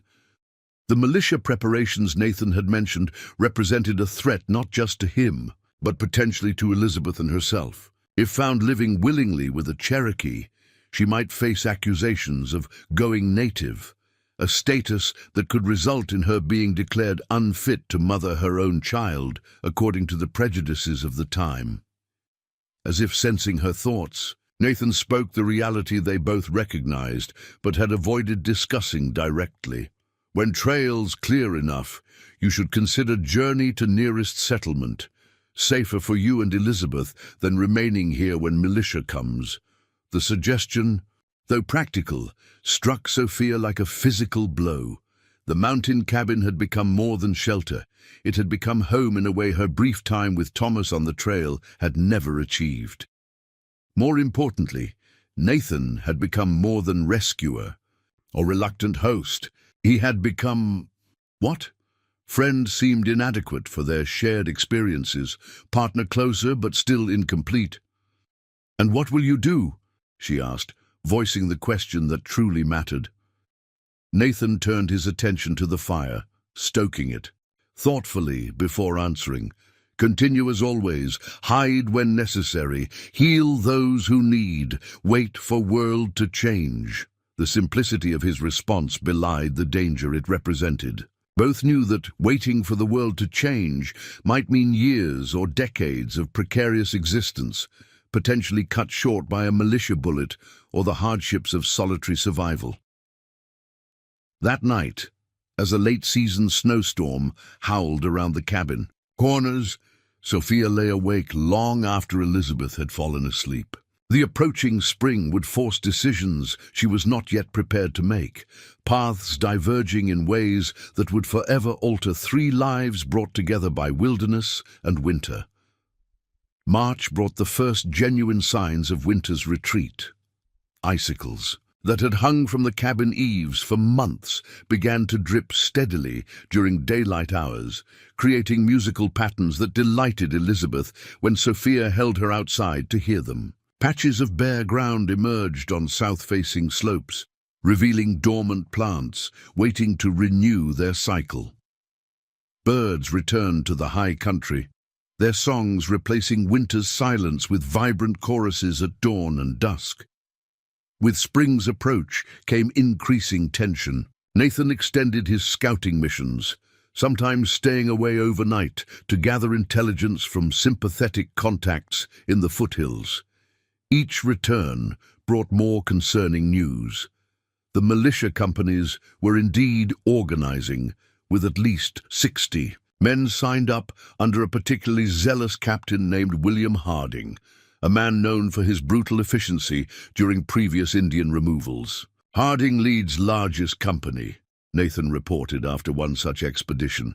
"Former army officer who calls Cherokee vermin to be exterminated. Dangerous man believes own righteousness." Sophia, who had been mashing herbs for a poultice while Elizabeth napped, set aside her work with deliberate calm. "How much time do we have?" "Month, perhaps less. Snow melts quickly on lower trails." Nathan removed his muddy boots, evidence of the thawing conditions. "They gather supplies, horses, plan thorough search of mountains when conditions permit." As they discussed options, a solution began forming in Sophia's mind, one that addressed both Nathan's precarious situation and her own uncertain future. She waited until after their evening meal to present it, wanting to ensure the idea was fully formed. "I believe I found a path forward," she began, watching Nathan's expression carefully. "One that might secure safety for all 3 of us." Nathan's eyebrows rose slightly, inviting her to continue. "These documents," Sophia indicated the chest containing Nathan's legal papers, "could force authorities to acknowledge your rights, but only if presented properly and to the right people." She leaned forward, conviction strengthening her voice.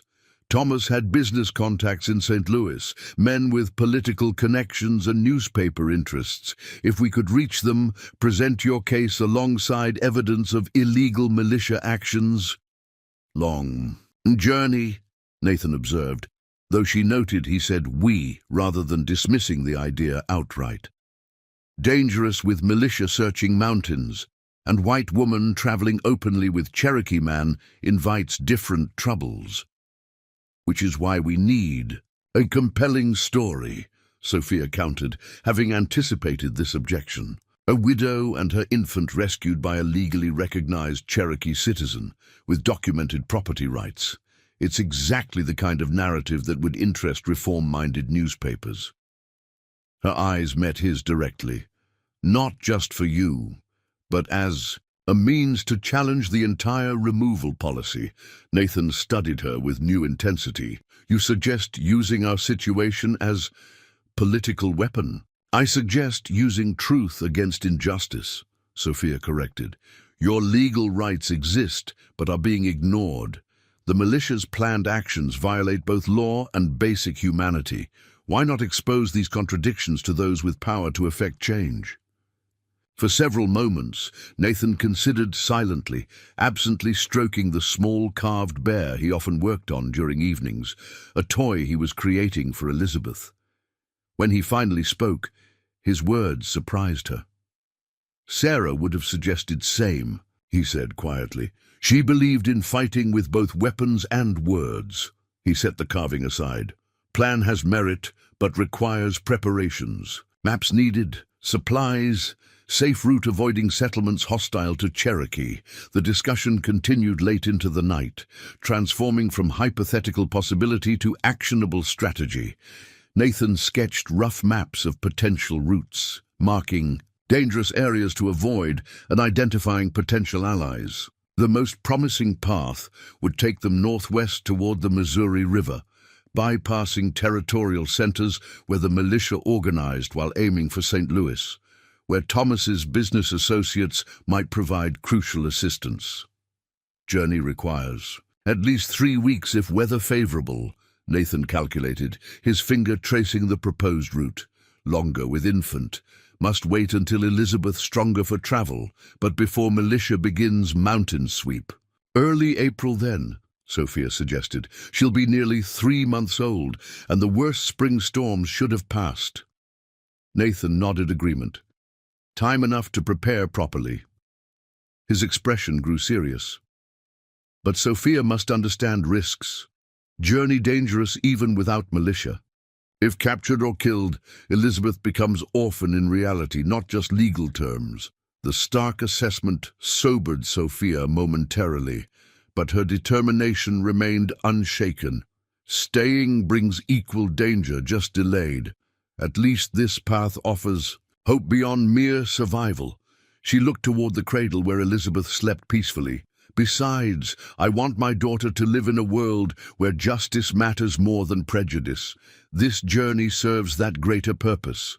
Something shifted in Nathan's eyes, respect deepening, perhaps, or recognition of a kindred spirit beneath their obvious differences. Then we prepare, he said simply. The following weeks transformed the cabin into a center of careful preparation. Nathan increased his hunting efforts to create a surplus of dried meat for the journey. Sophia crafted specialized carrying equipment, adapting the baby sling Nathan had made into a more secure travel system that would protect Elizabeth from weather while keeping Sophia's hands free when needed. Together, they studied maps, discussed contingencies, and assembled the supplies necessary for wilderness travel with an infant. During this period, their partnership evolved in subtle ways. The careful distance Nathan had maintained, appropriate for a healer assisting a vulnerable woman, gave way to a more equal collaboration. Sophia noticed he began sharing more personal stories and beliefs, speaking of Cherokee traditions and his own family history with previously unvoiced detail. In turn, she found herself revealing aspects of her Boston upbringing she had never shared with anyone, including Thomas. Her secret educational pursuits disguised as social visits, her dissatisfaction with society's limited expectations for women, her father's disappointment when she displayed more interest in business matters than appropriate marriageability. Thomas was different, she explained one evening while organizing supplies. He saw me as a partner, not merely a wife. That's why I agreed to this frontier adventure despite my father's objections. Nathan nodded understanding. Cherokee traditionally value women's wisdom. Clan membership passes through mother's line, not father's. Women hold property, Speak in council. A shadow crossed his features. White ways different. Sarah struggled with this. Her Scottish father believed women should remain silent in men's matters. This cultural comparison fascinated Sophia, who had received limited education about native peoples beyond common stereotypes. Yet you and Sarah built a life bridging both worlds. Tried to, Nathan corrected gently. Not always successful. Some Cherokee called us too white. Some whites called us savages, regardless of adaptation. His hands worked steadily, fashioning a waterproof covering for their journey supplies. Difficult path, belonging nowhere completely. As April approached, bringing longer days and increasingly stable weather, final preparations accelerated. Nathan cached essential supplies at strategic points along their planned route, ensuring they could travel lighter between resupply opportunities. He also arranged subtle signals with friendly contacts, both native and sympathetic whites, who might provide assistance or warning about militia movements. One particularly significant addition to their plans came when Nathan returned from scouting with a surprise, a sturdy mountain pony he had obtained through trade with a Cherokee family preparing to move west. Safer travel with horse, he explained, leading the shaggy, sure-footed animal to a newly constructed lean-to beside the cabin. Elizabeth and supplies can ride, we walk alongside.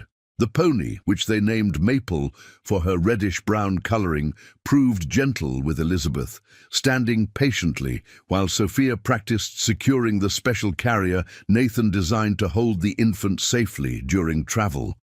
This unexpected resource significantly improved their chances of completing the journey successfully, allowing faster progress while reducing physical strain. As their departure date grew closer, Sophia found herself experiencing conflicting emotions. The cabin that had initially been merely emergency shelter had become home during these winter months.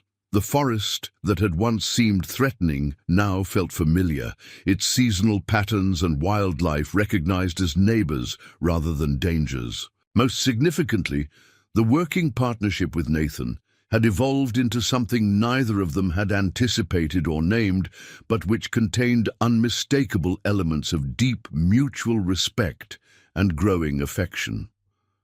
"Will you miss this place?" she asked Nathan one evening as they stood outside the cabin, watching the last light fade from the mountain peaks. Elizabeth, now alert for longer periods, observed the darkening sky from her mother's arms with apparent fascination. Nathan considered the question with characteristic thoughtfulness. "Miss security of known territory, yes. Miss memories here, yes." His gaze moved toward the ridge where his wife and son lay buried. "But Cherokee teaching says we walk forward path, not backward. Future matters more than past." He reached out carefully, allowing Elizabeth to grasp his finger with her increasingly coordinated hands. Future now includes Elizabeth. Her safety, worth leaving familiar ground. The simple statement contained layers of meaning that Sophia recognized but did not press. His decision to accompany them to St. Louis, rather than simply pointing the way, represented a profound shift in priorities. From solitary guardian of his ancestral territory to protector of a makeshift family formed through circumstance and mutual need. 2 nights before their planned departure, as Sophia performed final checks of their carefully packed supplies, she found herself returning to a question that had lingered unasked throughout their preparations. "After St. Louis, if we succeed in presenting your case, what then?" she asked, her hands stilling on the bundle of baby clothing she had been organizing. Nathan looked up from the moccasins he was treating with protective oils for the journey. "Depends on outcome. If authorities acknowledge rights, perhaps return here with official protection." His expression remained carefully neutral. "If not, continue west, perhaps.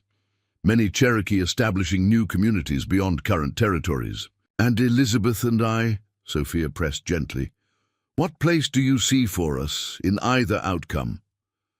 The question hung between them, laden with unspoken possibilities. Nathan set aside his work, giving the matter his full attention. Choice belongs to Sophia, he said finally. Boston society waits if you wish return. Or, he paused, seeming to select his next words with particular care, journey continues together if you prefer. Elizabeth needs mother's wisdom, father's protection, whether that father figure is memory of Thomas or... He left the sentence unfinished, but his meaning was clear. With that simple statement, the parameters of their future clarified. Not a definitive decision, but acknowledgement of possibilities beyond the immediate journey, possibilities that included a continued shared path if circumstances and personal choices aligned. Let's reach St. Louis first, Sophia replied softly. The future will reveal itself when ready, as you've taught me. As April's first week brought warming temperatures and increasingly clear trails, the three unlikely companions, Boston widow, Cherokee healer, and infant daughter of two worlds, prepared to leave the mountain sanctuary that had sheltered them. Through winter's fury, whatever awaited them beyond the high country, militia threats, arduous travel, uncertain reception in St. Louis, they would face together, bound by experiences no conventional relationship could match. Dawn of their departure. Day broke clear and promising, the mountain air carrying the subtle fragrance of early spring growth and renewed possibility. The journey ahead remained fraught with danger and uncertainty, but as Nathan secured the last of their supplies to Maple's patient back, his eyes met Sophia's with quiet confidence. "Ready?" he asked simply, with Elizabeth secured against her. Chest and Thomas's compass in her pocket, Sophia nodded. "Ready." They left the cabin as they had found it, prepared for future need, with supplies for emergency use by any traveler who might seek its shelter. Nathan paused only briefly at the ridge overlooking his family's resting place, offering what Sophia recognized as a traditional blessing before turning resolutely toward the path leading down from their mountain haven. The first steps of their journey took them into an uncertain future, but one facing forward rather than back. A small family created not by conventional bonds, but by survival, respect, and growing love in the face of wilderness and prejudice. The descent from the mountain sanctuary proved more challenging than anticipated. Spring thaws had transformed formerly frozen paths into treacherous mudslides, while weakened snow bridges occasionally collapsed under pressure, requiring careful testing of each step. Nathan led the way, probing suspicious terrain with a sturdy walking stick, while Sophia followed with Elizabeth, securely bundled against unexpected weather changes. Maple the pony brought up the rear, laden with their essential supplies, but still capable of navigating the difficult terrain with surprising agility. By midday they had descended nearly 2,000 feet in elevation, the forest around them, gradually transforming from predominantly evergreen to a mix of budding deciduous trees. The air felt different here, warmer, heavier with moisture, carrying sense of growth rather than the clean, sharp aromas of the high country. Lower elevations. "Wake earlier from winter sleep," Nathan observed during a brief rest. "Mountain flowers still wait beneath snow, while valley blooms already begin." Sophia nodded, feeling oddly disoriented by the rapid transition. After months in the high country, this middle elevation seemed almost tropical by comparison, a reminder of how dramatically their environment would change as they continued toward the Missouri lowlands. The first night of their journey, they camped in a small clearing beside a stream swollen with snowmelt. Nathan efficiently established their camp, while Sophia tended to Elizabeth's needs. Their practiced teamwork reflected months of shared living, each anticipating the other's requirements without discussion. "Sleep in shifts tonight," Nathan suggested as he prepared a small, nearly smokeless fire. Not deep enough in wilderness yet for complete safety. Militia patrols possible even here. Sophia agreed, settling Elizabeth for the night in the specialized carrying cradle Nathan had designed for travel. The infant had handled the journey's first day remarkably well, sleeping through the roughest terrain and waking only for feeding and changing. "She's resilient," Sophia remarked proudly. "A true frontier child already." Nathan smiled briefly. Those rare expressions Sophia had learned to treasure. Strong mother creates strong daughter. Blood remembers courage. That night passed uneventfully. Though Sophia found sleep elusive during her designated rest period, her senses hyper-aware of every forest sound. The familiar security of the cabin felt increasingly distant, replaced by the vulnerable exposure of open travel. When they resumed their journey at dawn, she found herself constantly scanning their surroundings, imagining militia patrols behind every ridge. "Anxiety natural," Nathan commented, noticing her vigilance. "But wasted energy unless danger actually present. Cherokee hunters say, 'Watch where you step, not where you fear falling.'" The gentle correction helped Sophia refocus, conserving her strength for real challenges rather than imagined threats. By the third day, they had established an efficient travel rhythm, covering approximately 10 miles daily. Impressive progress considering the terrain and their necessary caution.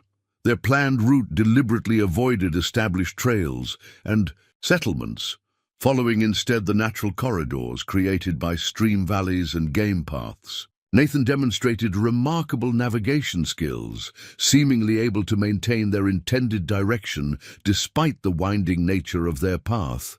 When Sophia commented on this ability, he extracted a small brass object from his medicine pouch. "Compass," he explained, displaying the instrument that matched the one Thomas had carried. "Gift from Sarah's father, who served as army guide. Useful tool when clouds hide sun and stars." This unexpected commonality with Thomas, both men valuing the precision of compass navigation, struck Sophia as somehow significant, though she couldn't articulate exactly why. Perhaps it represented the practical bridge between worlds that both men had attempted to build in their different ways. On the fourth day, they encountered their first potential complication when the sound of voices carried from the ridge above their position. Nathan immediately signaled for silence, leading them into the dense cover of a rhododendron thicket while the voices passed. From their concealment, they glimpsed 3 men on horseback, not militia from their dress, but frontier hunters whose alliance remained uncertain. "Local trappers," Nathan whispered once the men had passed. "Not actively hunting Cherokee, but would report sighting if asked by authorities." This encounter, though briefly frightening, provided valuable information. Mounted parties were already traversing areas they had expected to remain isolated for another week or more. The spring thaw had progressed faster than anticipated in the lower elevations, accelerating the militia's potential timeline. "Need to adjust route," Nathan decided during their evening camp. "Stay higher longer. Follow ridge lines rather than valleys when possible. Harder travel, but fewer encounters." The revised path required more strenuous climbing, placing additional strain on all of them, particularly Maple, who struggled with steeper inclines while carrying their supplies. Sophia found muscles long unused protesting the constant up and down of ridge travel, while Elizabeth became increasingly fussy, sensing her mother's discomfort and the disrupted routine. After a particularly difficult day negotiating a series of steep ravines, Sophia's exhaustion manifested as momentary despair. "Are we being foolish?" she asked as they established their night's camp beneath a rock overhang. "Maybe we should have waited until Elizabeth was older before attempting this journey." Nathan considered her question seriously rather than offering immediate reassurance. "No perfect timing existed," he finally replied. "Later journey means stronger militia presence, more organized patrols. Earlier means colder weather, more snow danger. He gestured toward the western horizon, where they could glimpse distant lowlands through gaps in the foothills. Path narrows. Sometimes must take when available.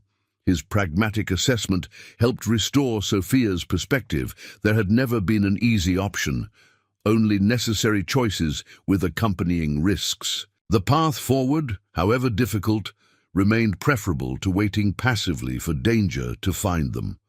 The following morning brought unexpected sunshine that lifted their spirits and dried the perpetually damp clothing they'd endured since leaving. The high country.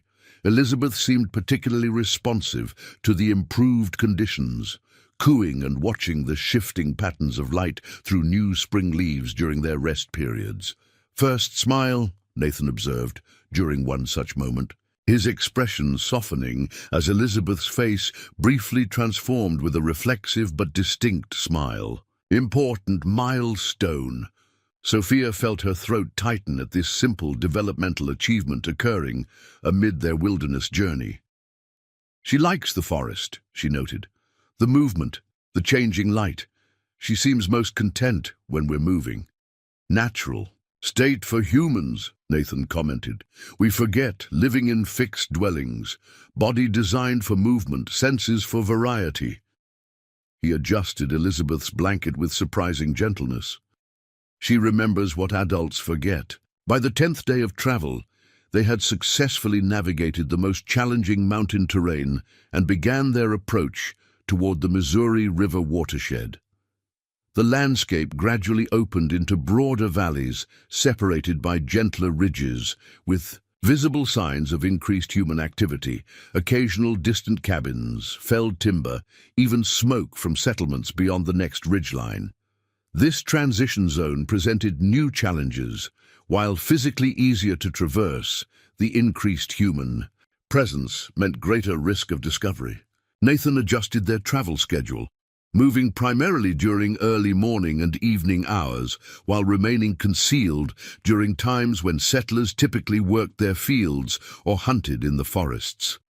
They encountered their most serious threat on the 12th day, when the distant sound of barking dogs and men's voices froze them in place as they crossed an exposed meadow. Nathan immediately identified the threat. "Hunting party with tracking dogs," he stated, his voice tight with concern. "Wind carries our scent directly to them." Without hesitation, he led them toward a nearby creek, wading upstream to break their scent trail, a technique Sophia had only read about in frontier narratives, but now experienced firsthand, the cold water numbing her feet as they moved swiftly along the streambed. "Creek joins river half-mile ahead," Nathan explained as they sloshed forward.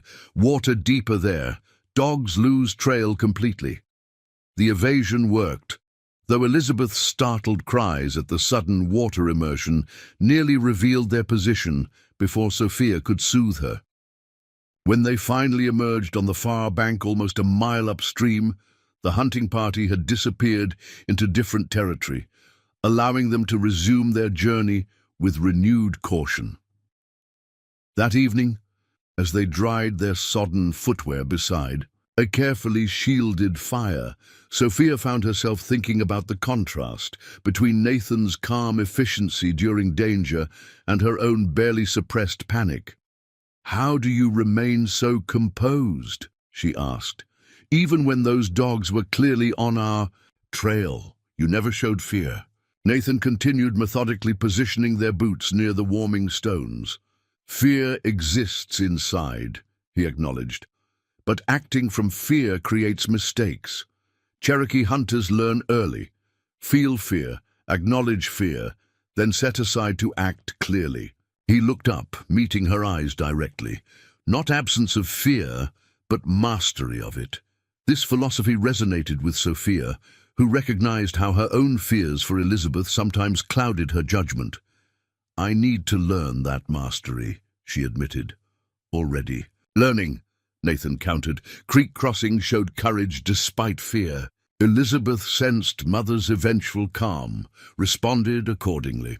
Their progress over the next 4 days brought them to the approach of a significant milestone, the Missouri River itself, which they would need to cross to continue towards St. Louis. From a concealed vantage point on a forested bluff, they observed the broad waterway for the first time, its spring-swollen current carrying debris and entire uprooted trees downstream with frightening force. "Cannot cross here," Nathan stated definitively. "Need ferry or shallow ford upstream." According to their maps and Nathan's knowledge, the nearest potential crossing point lay 20 miles upriver, a significant deviation from their direct route, but necessary given the river's current dangerous condition. This change in plans required them to travel parallel to the river, following its meandering course through increasingly settled territory. They adopted extreme caution, traveling primarily at night and concealing themselves during daylight hours. Nathan applied particular techniques to minimize their trail, brushing out footprints, traveling on rocky ground when possible, and occasionally doubling back to confuse any potential trackers. On their second night of riverside travel, they received their first concrete intelligence about the militia when they overheard conversations at a remote riverside tavern they carefully skirted.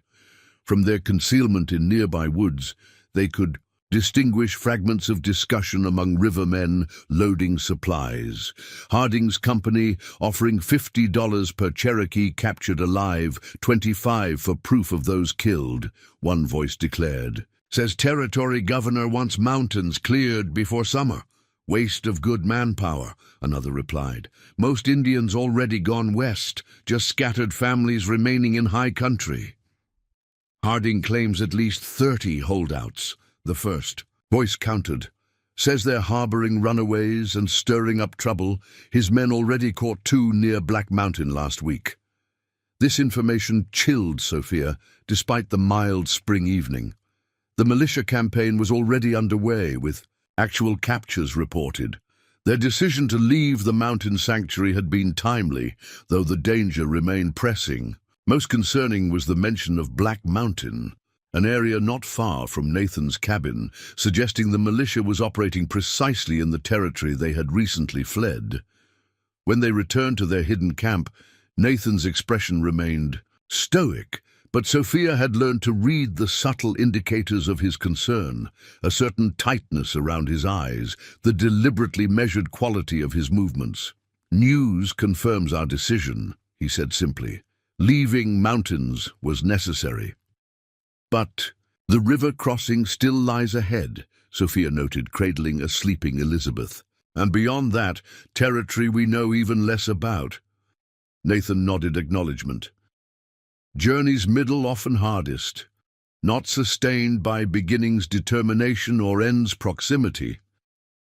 He checked their remaining supplies with practiced efficiency. "Must find ferry or ford within 3 days. Provisions low, especially for maple." The unspoken reality hung between them.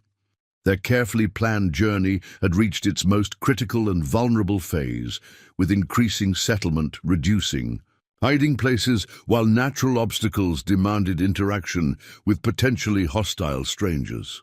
The river crossing represented not just a physical barrier, but a transition into new dangers that would test their adaptability and trust in each other.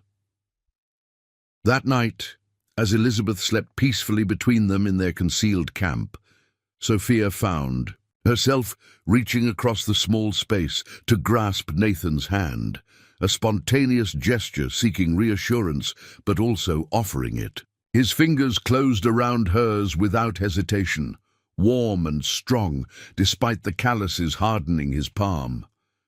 No words were necessary as they contemplated the rushing river sounds in the darkness, both understanding that whatever challenges awaited, on the opposite shore they would face them together. Boston widow, Cherokee healer, and the infant daughter who had unexpectedly bound their fates into a single, shared journey.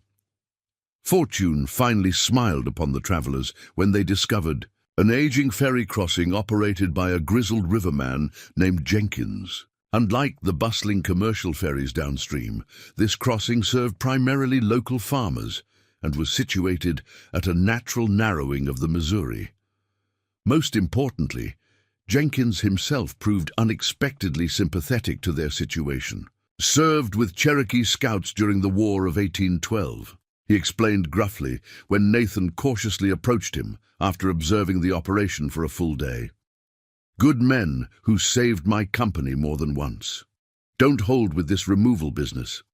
With surprising discretion, Jenkins arranged to ferry them across during pre-dawn hours when no other travelers would be present. He even refused payment, though he accepted Nathan's offer of medicinal herbs for his clearly arthritic hands. These will ease the joint pain better than whiskey, Nathan assured him, demonstrating how to prepare the remedy. Obliged, Jenkins replied, studying Nathan with weathered eyes. Word of warning, though. Militia company's been through here twice in past week, showing sketches of Cherokee faces, offering bounties, heading up toward mountain territories mostly, but keep yourselves scarce nonetheless. The crossing itself proved nerve-wracking despite Jenkins's skill. Spring floods had transformed the Missouri into a roiling torrent that tested both ferry and ferryman. Maple the pony required considerable coaxing to board the wooden platform, while Elizabeth, sensing the adult's tension, began crying inconsolably halfway across. River spirits always demand respect, Nathan commented as they finally reached the western shore, his normally steady hands showing slight tremors after the perilous passage. With the Missouri behind them, their journey entered its final phase. The terrain west of the river presented new challenges. More open country, with fewer forests for concealment, larger settlements connected by established roads, and increased military presence related to Western territorial expansion. Different strategy needed now, Nathan determined after studying their maps. Cannot avoid settlements completely. Need to appear as ordinary travelers. This necessitated a significant adjustment in their approach. Nathan retrieved clothing he had packed specifically for this purpose, garments typical of frontier settlers, rather than his usual blend of Cherokee and European attire. Sophia modified her own appearance to suggest a properly married frontier woman, using her wedding ring from Thomas and fabricating a simple story about traveling to join family in St. Louis after winter isolation. Your speech marks you as educated Eastern woman, Nathan observed. Use this. People expect Boston woman to travel with hired guide, not question relationship further. Their new personas proved effective when circumstances forced them to pass through a small trading settlement to replenish critical supplies. Nathan assumed the role of taciturn guide, while Sophia handled the transactions with confident authority that discouraged unnecessary questions. Remarkable how people see what they expect to see, Sophia reflected that evening as they camped, several miles beyond the settlement. No one questioned a white woman traveling with her baby and a Cherokee guide because it fit their understanding of proper arrangements. Appearances powerful, Nathan agreed. Same journey, different clothing. Suddenly, dangerous becomes acceptable. As they approached within 50 miles of St. Louis, evidence of civilization increased dramatically. More frequent farmsteads, better maintained roads, regular stagecoach traffic, even occasional military patrols. Their progress slowed as they were forced to travel more circuitously to maintain their careful masquerade. Their final major obstacle emerged unexpectedly when they encountered a military checkpoint established on the main approach to St. Louis. From concealment, they observed soldiers inspecting all travelers' documentation before allowing passage, a procedure Nathan explained was likely related to ongoing tensions with native tribes, rather than specifically targeting them. Need papers to pass checkpoint, he explained, studying the situation with characteristic thoroughness. Travel documents, identification. Sophia's heart sank. While they carried Nathan's legal documentation intended for presentation in St. Louis, these weren't suitable for checkpoint inspection. Discovery would likely result in Nathan's immediate detention rather than the fair hearing they sought. "Perhaps I could pass through alone with Elizabeth," she suggested reluctantly. "Make initial contact with Thomas's associates, then arrange proper representation for you." Nathan shook his head firmly. "Too dangerous. Militia descriptions likely include white woman with infant and Cherokee man. Separation creates vulnerability for both." As they debated alternatives, Elizabeth began fussing insistently. While Sophia attended to her daughter's needs, Nathan continued observing the checkpoint operations. When she rejoined him, his expression had shifted from concern to thoughtful calculation. "Military checkpoint follows patterns," he noted. "Changes. Guard at sunset. New soldiers less attentive first hour of duty. Also, stagecoach receives minimal inspection. Too many passengers to examine thoroughly."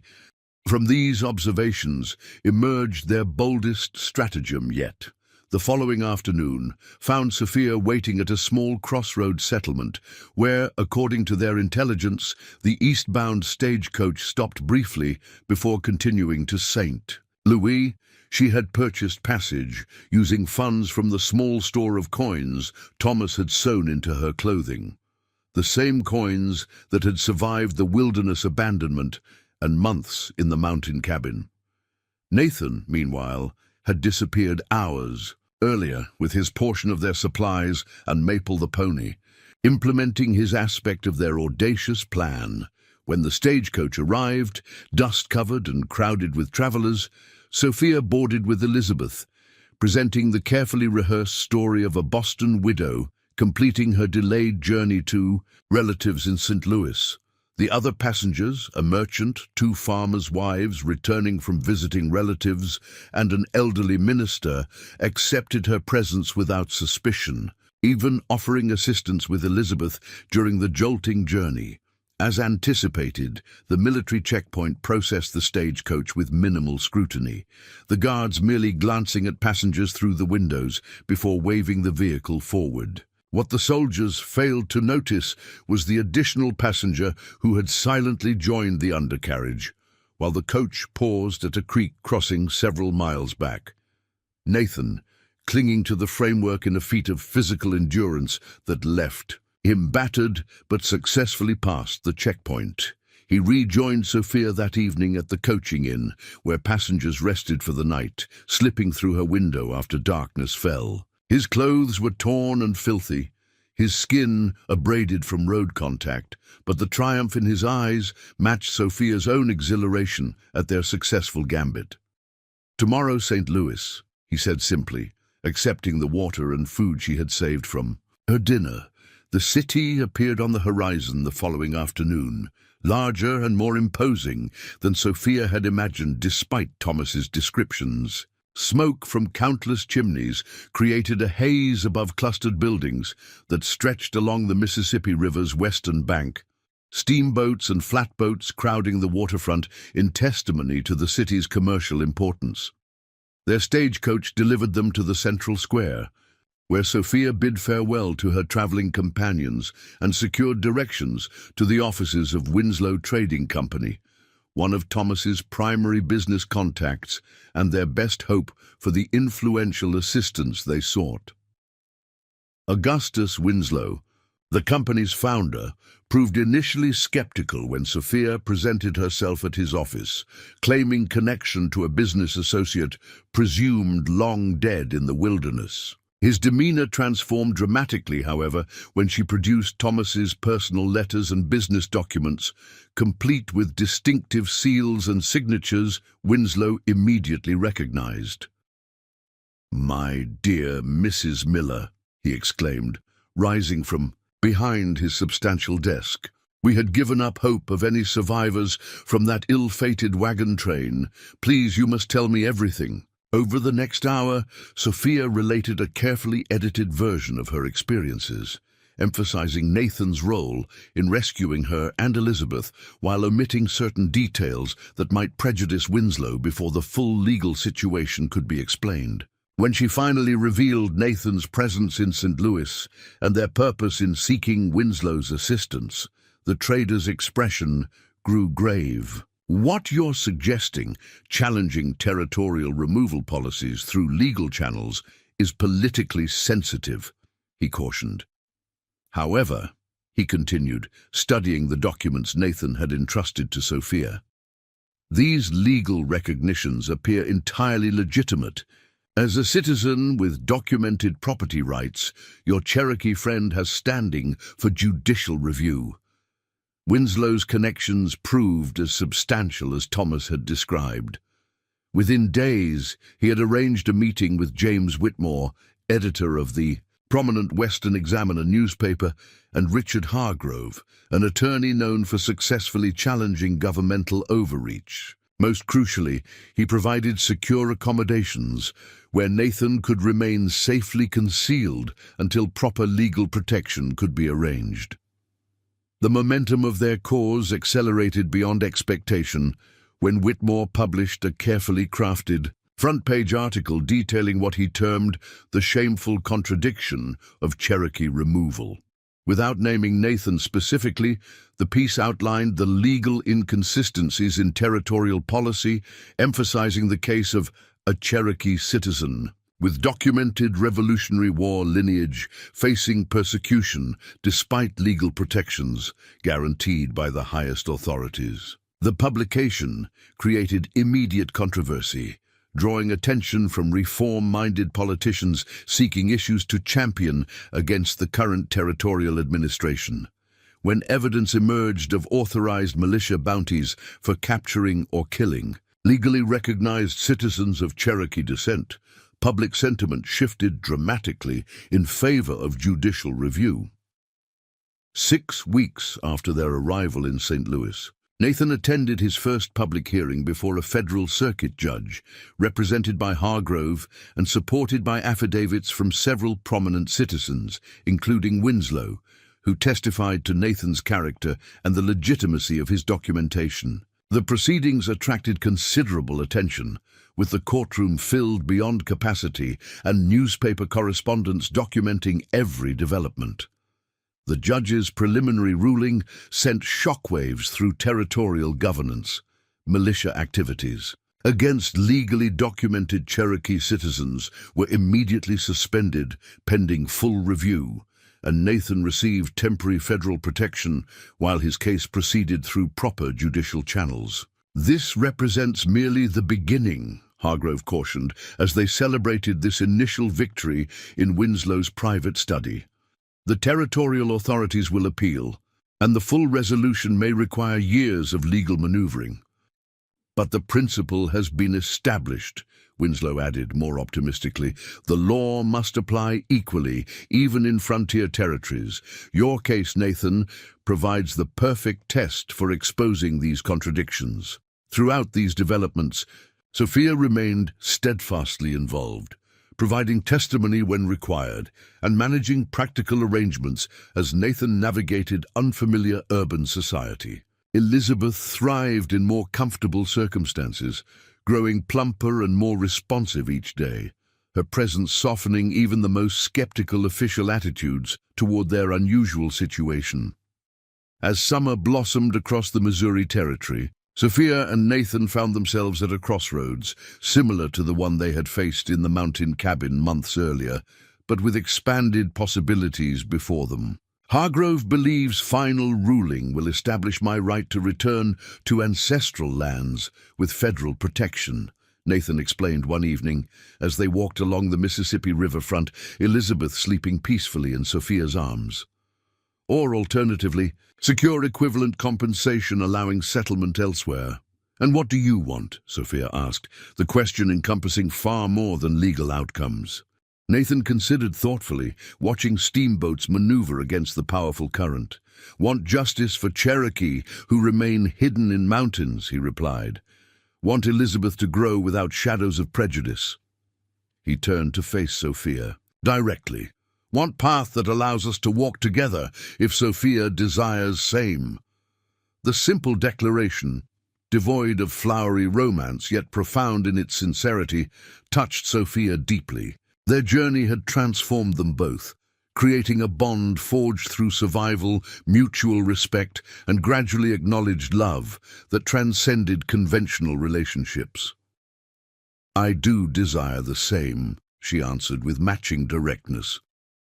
"Thomas will always remain Elizabeth's father by blood and my first love, but life continues, as you've taught me. New paths emerge when we're brave enough to walk them."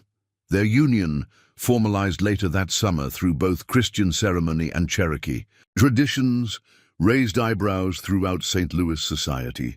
Yet those who witnessed their evident devotion and the unique family they had created found their prejudices challenged by living example rather than abstract principle.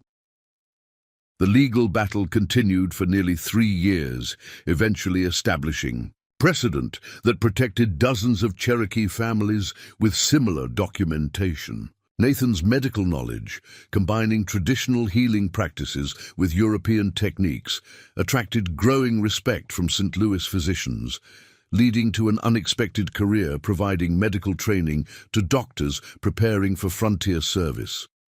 Sophia, meanwhile, discovered her own unexpected path. Her articulate accounts of frontier experiences and observations on intercultural relations, published initially in local newspapers, gradually expanded into a successful writing career that challenged prevailing narratives about native peoples and frontier women.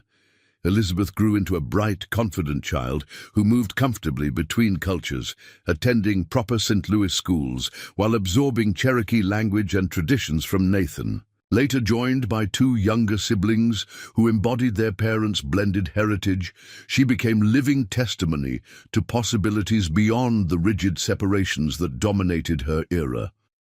The mountain cabin remained part of their lives, though transformed. From survival shelter to summer home, where the family returned annually, Nathan maintained connection with remaining Cherokee in the region, providing ongoing medical service and legal assistance secured through their St. Louis connections.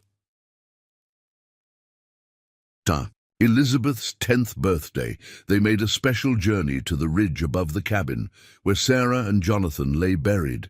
Nathan and Sophia had long since established a tradition of honoring all family members, present and absent, who had shaped their unlikely journey. "Without loss, we would never have found each other," Sophia observed, as Elizabeth carefully placed wildflowers on both her father's memorial marker and the graves of Nathan's first family. "Grief opened paths to new beginnings," Nathan nodded, watching their daughter with quiet pride. "Cherokee wisdom says life travels in circle, not straight line.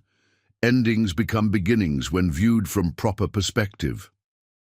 As twilight settled, over the mountains that had witnessed both their greatest challenges and most profound connection, Nathan and Sophia stood with their children, the living embodiment of renewed hope emerging from wilderness and prejudice. Their extraordinary journey had transformed not just their own lives, but expanded possibilities for those who would follow the trail they had blazed through America's cultural wilderness, a legacy of courage, healing, and love that transcended the boundaries of their time. Up next, you've got 2 more standout stories right on your screen. If this one hit the mark, you won't want to pass these up. Just click and check them out. And don't forget to like, subscribe, and turn on the notification bell so you don't miss any upload from us.